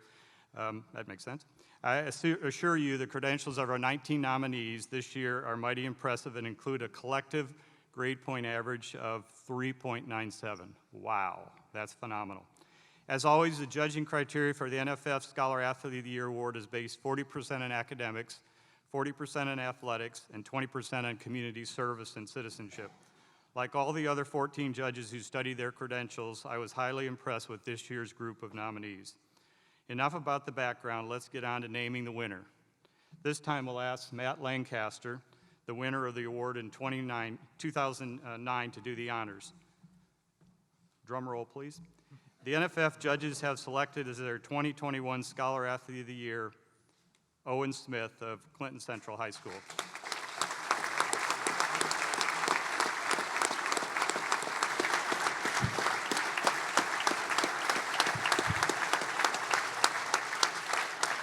Owen, congratulations. Very nice trophy there, but we want to know, aside from that, just winning this award, what's it mean to you? It's truly an honor. Like everyone else has said, there's so many deserving candidates, I know, but I'm just proud to be able to represent my family and my community and to be honored with this award. So. And you're going to be heading down to Anderson University to pursue Christian studies. What brought you to that decision, and what do you plan to do in the future?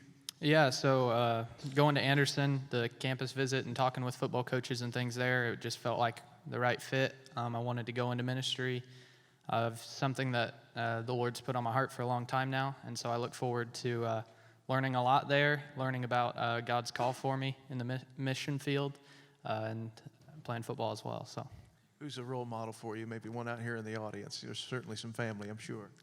Yeah, definitely my mom and my dad for just bringing me up to be a Christian man, and for always supporting me and loving me and pointing me in the right direction. So, congratulations. Thank you.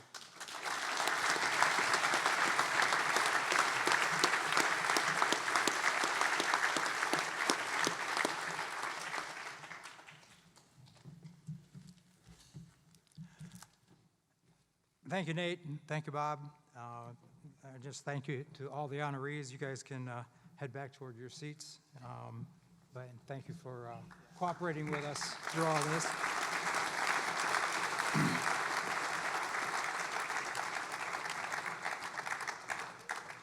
I also want to give a special thanks to the Journal and Courier for sharing their awards process with us and for helping to make this a successful event once again. This was the 4th consecutive year that we did the joint presentations, so we appreciate their cooperation. And most of all, I want to thank the awesome parents for supporting your young men and women and for buying tickets for this event and for driving them here and working through the logistics. And we apologize for any inconvenience. I know it was like going through a corn maze for some of you to find this room. Because of the construction going on here at the Union, but we appreciate everybody's efforts. I also want to mention that, and this is just for the sake of the athletes, be sure to look in the bag, the gift bag that you received. If you didn't get a gift bag, make sure you do before you leave. There is an envelope in there that has a letter explaining how we're going to distribute scholarship funds for those of you who are eligible for that. Obviously, if you're going on to take a scholarship at a university or college, you probably won't be eligible for that because that might exceed NCAA rules, and we certainly don't want any more of that going on. So,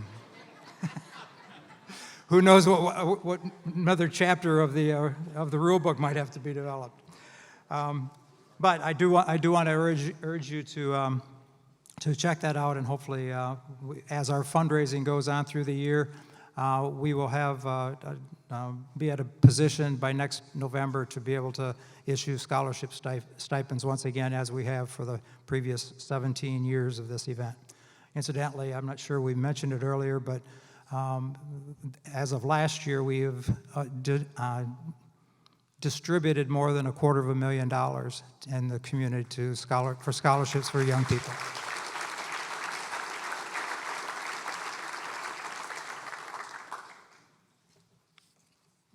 Okay.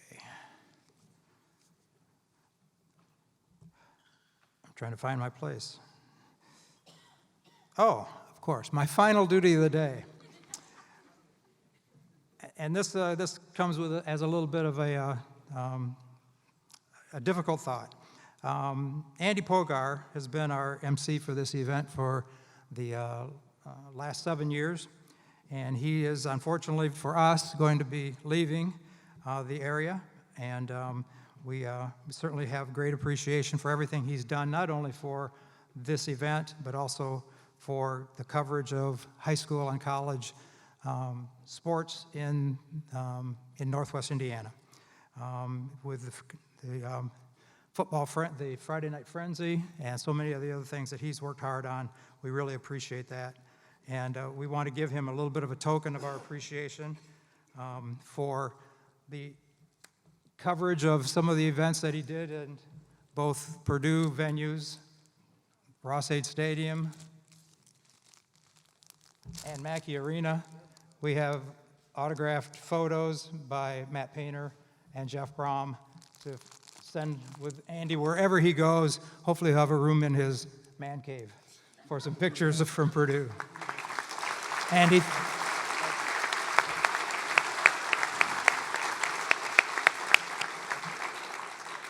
Again, and thanks to all of you for being here. Congratulations. Andy is one classy guy. Great work. Final presentation, we move into our Hall of Fame portion of today's program. I want to remind everyone that this chapter has played a very important role in getting former football standouts in this area, especially Purdue football players and coaches, inducted into the Indiana Football Hall of Fame and the College Football Hall of Fame, which is administered by the NFF. This chapter has helped 5 former players and a former coach, all from Purdue, get selected for induction into the College Football Hall of Fame over the last 16 years since Joe Tiller started this chapter. Prior to that, Purdue had gone 16 years without anyone getting selected. The significance is that every dues-paying member gets a ballot for the selection process. With another former Boilermaker on the current ballot, Larry Burton, and more in the pipeline, we have a great opportunity to stretch out and put more Purdue Boilermakers in the Hall of Fame. So please consider becoming a member, and you can use the form printed on the page in your program to help us continue to promote players and coaches from this area for the College Football Hall of Fame, as well as the Indiana Football Hall of Fame. Since Joe Tiller's induction to the Indiana Football Hall of Fame at our honors dinner in 2012, including today, we have directly inducted 13 Boilermakers and 7 non-Boilermakers into the state's Hall of Fame during this event. Another will be added in September when we conduct the induction ceremony for former Purdue quarterback Jim Everett, who will be in town for a reception at Coyote Crossing Golf Course for our Hall of Honors event. As we've done in the past, let's introduce our Hall of Famers who are with us today. And as they're introduced, we invite them to come up on stage, take seats along the west edge of the stage near the American flag as official witnesses to our proceedings. First is a gentleman who was inducted into the Indiana Football Hall of Fame at this event 4 years ago, former high school coach and Delphi administrator. Please welcome Vince Burpo.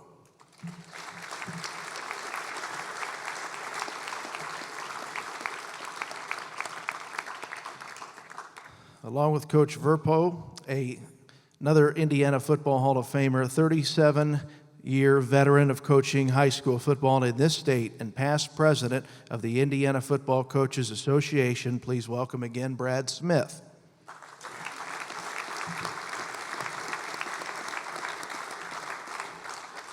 Before we proceed with our next induction, let me ask, are there any IFCA Indiana Football Hall of Fame inductees that are in the audience that I haven't introduced? We certainly want to recognize you. Okay, we'll move ahead.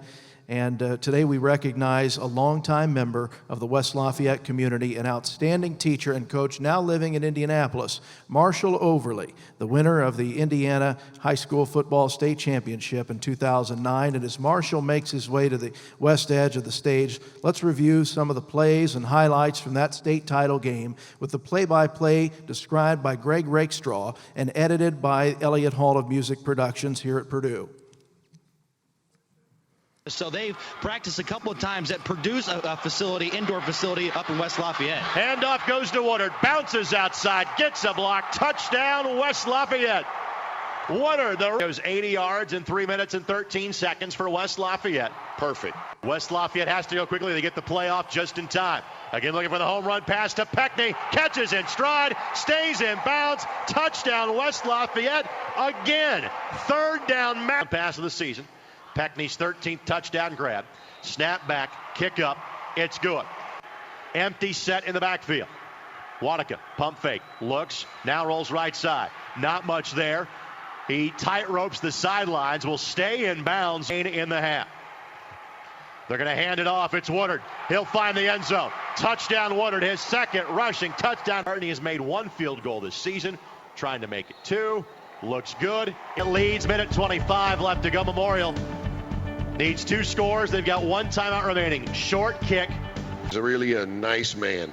Wanaka takes a knee. The officials will make sure they set the ball ready for play after the 25-second mark. They want to set it again. There will not be another snap in the 3A state championship game.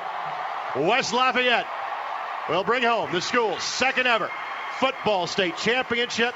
A final score today, 24-10.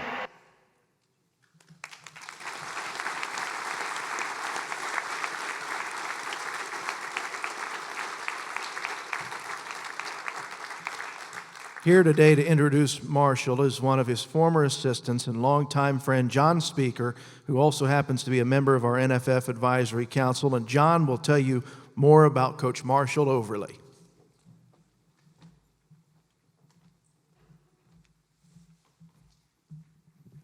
Good afternoon. First off, I just would like to say how much of an honor it is for me to stand here today and talk about my former high school biology teacher and football coach, Marshall Overly. I had so much respect for Marshall in high school that I'm pretty sure I took his freshman biology class twice. Maybe that's because the school made me take it again. I don't really remember. Marshall Overly means a lot of things to me. He's a friend. He's a leader. He's a mentor. I learned a lot about hard work and preparation from Coach O, as his players affectionately called him over the years. He loved coaching football, teaching students how to learn. In return, his players and students always received the truth, no matter how hard it was to hear. Honestly, most importantly, he taught me and many others to be humble in both victory and defeat, which is something that I carry forth today, or try to. Marshall was a wrestler in high school. He didn't play football. He went to Twin Lakes High School, and when he agreed to be an assistant junior high football coach at Frontier, he didn't realize that it would start a 34-year coaching career.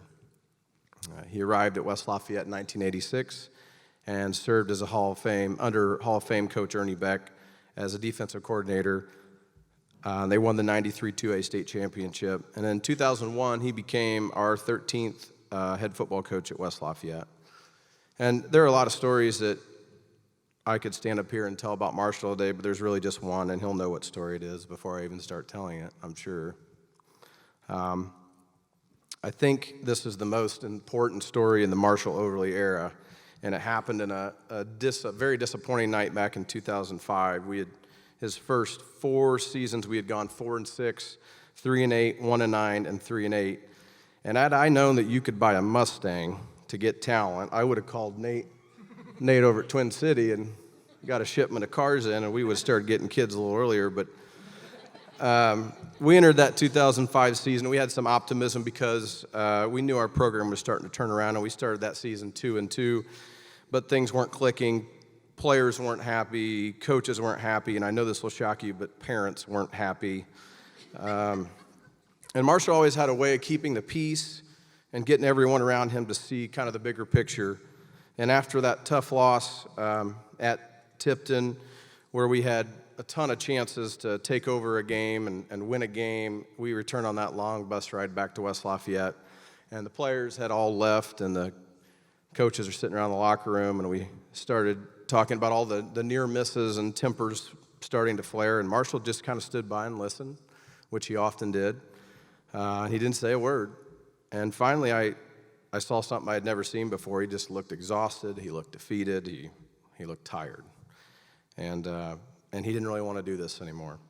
And so for the life of me, I can't remember the words he mumbled, but he walked out of the coach's office at 12:30 in the morning and took off in the little minibus to take it back to the school. And I just knew it wasn't good, and so for some reason, I decided to follow him. And I followed him down to the high school, and when I finally got to him to ask him how he was feeling, he talked to me about all those near misses, all the times that he had spent and our staff had spent to rebuild a program that maybe, just maybe he wasn't the right person to continue leading our program. And on that night at about 3 in the morning, we both agreed that 2005, well, he agreed that 2005 was going to be his last season. And I agreed I would likely go out with him.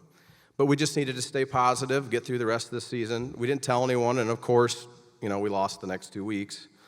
Making the decision are a little easier to confirm, but something funny happened over the next couple of weeks. We entered week 8, and we were facing a really good Seeger program that had a 49-game regular winning streak.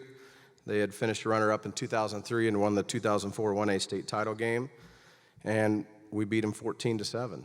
It was kind of weird.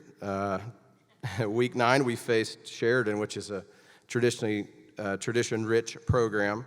They were 7-1 on the season, and we beat them too, 28-6. And they went on to win the state title that year and played in 4 straight state titles, if I recall. But 2 signature wins against 2 really good football programs. And looking back now at that time, those are the biggest wins of the Marshall Oakley era. So we finished that 2005 season, and with another dismal 4-6 record. And after the banquet finished, Coach O typed his letter of resignation. He signed it and he offered it to Ann Koivu and our former athletic director, Brock Tolukian, who's here. And at that point in 2005, Coach O hadn't had a winning season. And so after that, just like after the night of the Tipton loss, Marshall still felt he wasn't man for the job. So it was time to let someone else try and turn around the program. But Brock and Ann Koivu, our former principal, they all knew, and they wouldn't accept his resignation. And Brock told Marshall that he wanted to put a state championship ring on his finger. And Marshall said he just would be happy having a winning season, let alone a state championship. And so Coach O came to my office one day on a cold January day, and I knew something was up because normally you just call and say, hey, can I chat with you? But he said, I want to come see you. And I said, okay. And he said, would you give it one more year? Remember that? And I said, no. It was time. He asked again, and kind of like my kids do to me when they want something really bad. They're like, please? And I'm like, no. And they're like, please. And so I said, all right. After those wins at Seeger and Sheridan, things were starting to come together. I kind of finally relented, and Marshall was asking, and I owed him a lot for what he had done for me over the years. 2006, the next season, we finished 4-7, but we started 3-1 and lost 3 games by a total of 4 points. And so we knew we were really close, and the young talent was now becoming sophomores and juniors. And so finally, the first winning season came back in 2007. We finished 8-2, and then 11-1 in 2008, and then a state championship in 2009. And when Marshall announced his retirement as a biology teacher and coach after the 2012 season, he did so having restored the reputation of our football program at West Lafayette. He compiled an 81-55 record over 12 seasons, and over the last 6 seasons as head coach, we finished 62-12, winning 2 Hoosier Conference titles, 3 sectionals, 2 regionals, and a state title. And Brock said this after Marshall retired. He said, when Marshall tried to walk away and they wouldn't let him, Brock said he was the right guy for the job, and because of the kind of teacher he was first and a coach second, he was someone that West Lafayette was very proud to have in that spot. And they had confidence that the way he carried himself as a person was going to help turn this program around. And it did. And Marshall will tell you that you don't really wear the rings very much. I know he's probably got his on today. I have mine on today from that incredible season. They're not as big as Raheem's ring, I noticed. I feel like Brock kind of cheated us on that one, Brock. But we have them. Yeah, little. But, the legacy, Marshall said, the legacy you leave is going to be the people that come through your program and the people that affect in their lives. And that's who he was. In total, as a head coach and assistant coach, Marshall was part of 7 conference championships, 9 sectional championships, 5 regional championships, 2 semi-state titles, and 2 state championships. And I'm so very proud to be part of the West Lafayette football and West Lafayette community, as I know the guys over at Table 11 and other people in this community are, and a lot of that has to do with Marshall Overly. He's taught us all that life is much more about wins and losses. It's about perseverance, hard work, and treating others the way they want to be treated. I and many others will forever owe him a debt of gratitude for what he has done for our football program and the players that have played for him. He deserves this honor, and I'm proud to call him a Hall of Famer. Just congratulations to Marshall, Terry, Christine, Matt, David, and the entire Overly family on this prestigious honor.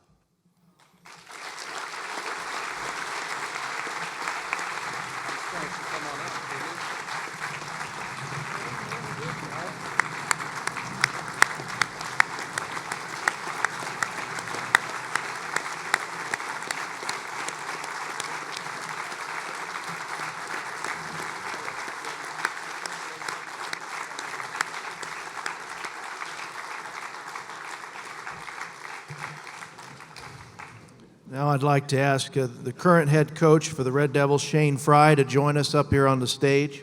Oh, there's Shane. And we'll ask Vince Burpo and Shane Fry to assist with the presentation while Brad handles the podium duties and takes over here to administer the oath to Marshall.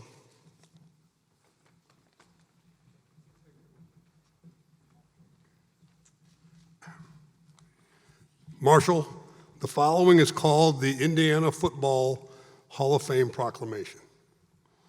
From tears of sadness and disappointment to the ecstasy of joy and the excitement of success, Marshall Overly has provided examples of dedication to further the excellence of the game of football.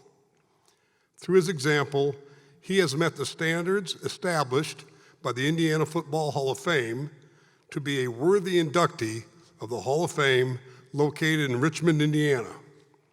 A photo, a resume of achievements, and a duplicate plaque like the ones presented here today will be on permanent display at the Hall of Fame for all to view and honor. On behalf of the Indiana Football Hall of Fame, it's my privilege and honor to proclaim Marshall Overly as officially inducted into the Hall of Fame.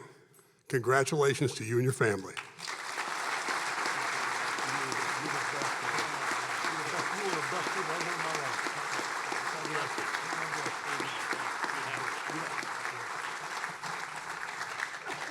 Let's ask this new Hall of Famer a few questions. Marshall, good to see you. And we know your career extended over 34 seasons, had many ups and downs, as John described. But what would you say was a defining point in your career?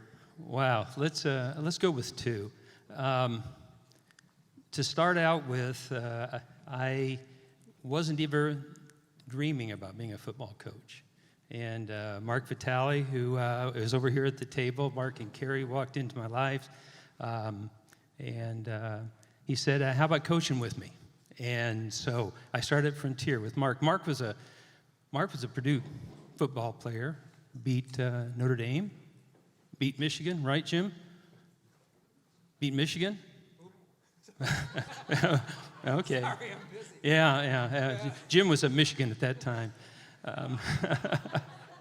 And then he left Frontier, and I thought, well, where are we going to go? And then here comes along, where'd he go? Vince Burpo. Burpo, yeah. And I'm thinking, this guy is probably the best football mind in the Indiana high school. And so I, 1 year with him, and then I came to West Lafayette with Ernie Beck and Dick and Lane, an established team, and another great football. And things went well. And so that one step is getting into it. For the young people out here, I just want to give you an idea. When I was in your position, went to college, and I met somebody very important, and that's my wife, who's standing back there in the corner, who believed in me when I didn't believe in myself. And to have somebody behind you that's going to stay with you is really important. And so the mentors that led me up to that point, and then I come to West Lafayette, and they have a staff. Steve Florence is there, and they are working well. But after Ernie left, things kind of went downhill, and I got to be the head football coach. And so along came John Speaker and Brad DeWeese and Josh Strasser and Rosie, okay? And along came my coaches, and along came then later Shane Fry. And I think as John talked about that time that you heard about, you guys are going to have bad times. Young guys, you're going to have bad times in your life. You know you're going to have it. And you have the people around you, like I had John. And what we were doing, I know Brock said this, what we were doing is we were developing a staff. And the staff was growing, and the staff was getting better. And when we brought in Shane Fry as the last one, I think we had the last piece. So I think there are two turning points. One is meeting the people first. The other is finding the people to build it. In this, I don't know where they are, somewhere here is Ben Needham, who was on our staff, or back there. Okay, he is now a college coach. He's been coaching in the MAC for a number of years now. And he was one of the guys that got it when the rest of the team didn't. The Hiltons are here, so they had a son, Matt, and then Steve, and then a young Wadika came along named James, and they got it. My son, David, he kind of got it. And then Matt Lancaster came along, and he really got it. And all of a sudden, we were undefeated. So the turning point, I think, was when the people, it built up. And then all of a sudden, there it was. So you were able to be part of two of them, one in '93 with Coach Ernie Beck, and then the 2009 run. What was it like to be part of two? Oh, wow. Wow. Two very different teams, two very different set of people, two very talented teams. Those teams were really special because the players cared for each other. I think about the '93 team. It may not have been the most athletically talented team we had, maybe not, up to that point. But the players were reaching out to each other and bringing each other together. And I think of the championship team, people like Lancaster, like Wadika, they were the most humble people. Nobody blamed them. They were obviously the best athletes on the field, but nobody blamed them and said, oh, they're just stars. They had such a heart for their team that they brought their whole team along. And so to have a team that is bringing the whole team along, that meant a lot to me. And beyond the wins and losses for you, Coach, we know also you get a lot of other forms of satisfaction out of coaching over the years. Oh, yeah. I'm retired, and the people are what you miss. I think for the young people, when I was in 1974, about the time Mark Vitale was moving to Purdue to play football, I went to a meeting, and this man suggested and asked us to promise that we'd read the Bible each day, at least 5 minutes. And I thought, well, okay, I can do that. And I started out with Psalm 1, and I'll mention that later, but I would challenge young people right now to take a look at that. I like the idea of Owen, you're going to go along. The rest of you are also going to be ministers in some way. Start with Psalm 1. There's some real gems in Psalm 1 to read. So I think that satisfaction that I get is from the people and knowing that I'm walking in the Lord's path. You've introduced a number of folks. Is there anybody we missed? Oh, yeah. My table over there with my family. You heard me the names, so you can see. I'll start with the tallest in the front. There's my son, David. Next to him is my son-in-law, Sean. Two of my beautiful little granddaughters there, Claire and Carice. Okay. They've been sitting good for them. Dave and Leanne. Okay. My in-laws. And then my sister, Linda, Ken, an Ohio State fan, sorry. Oh, nobody's perfect, Ken, he said. And then my son and his wife, Matt and Ashley Overly. So, and then around the table, I also want to mention, sitting at the table next to me is a friend. Those of you who've been around here maybe have seen us walking. Dr. Elias Sim, he is a professor in the veterinary medical school. and was the interim dean for a while, actually. But he and I would walk many times and pray a lot.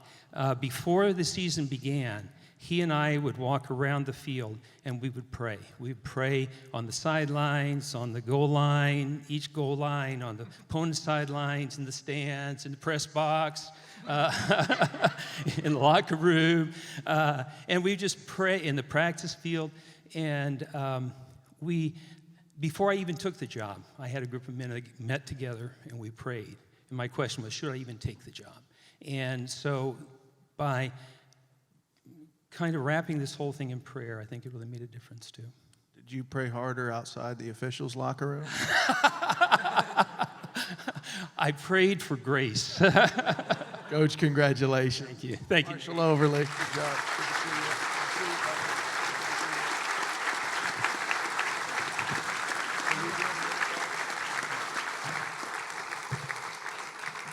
Coach Overly's one of the best. Congratulations, sir. Well deserved. A couple of reminders as we wrap up. Student athletes, be sure to stop at the table in the south entrance to pick up your gift bag, which also contains important information about your possible scholarship stipend from NFF for later this year. And for those drivers who parked in the Grant Street garage directly east of the Union, be sure to pick up a parking voucher at the same table in the south end of the ballroom in order to get past the gate when you leave the garage. Now, on behalf of the members of the NFF chapter, the staff of the Lafayette Journal and Courier, and all the coaches of the Indiana Football Coaches Association, we thank you for being here. Have a safe afternoon, a wonderful summer. Travel safely.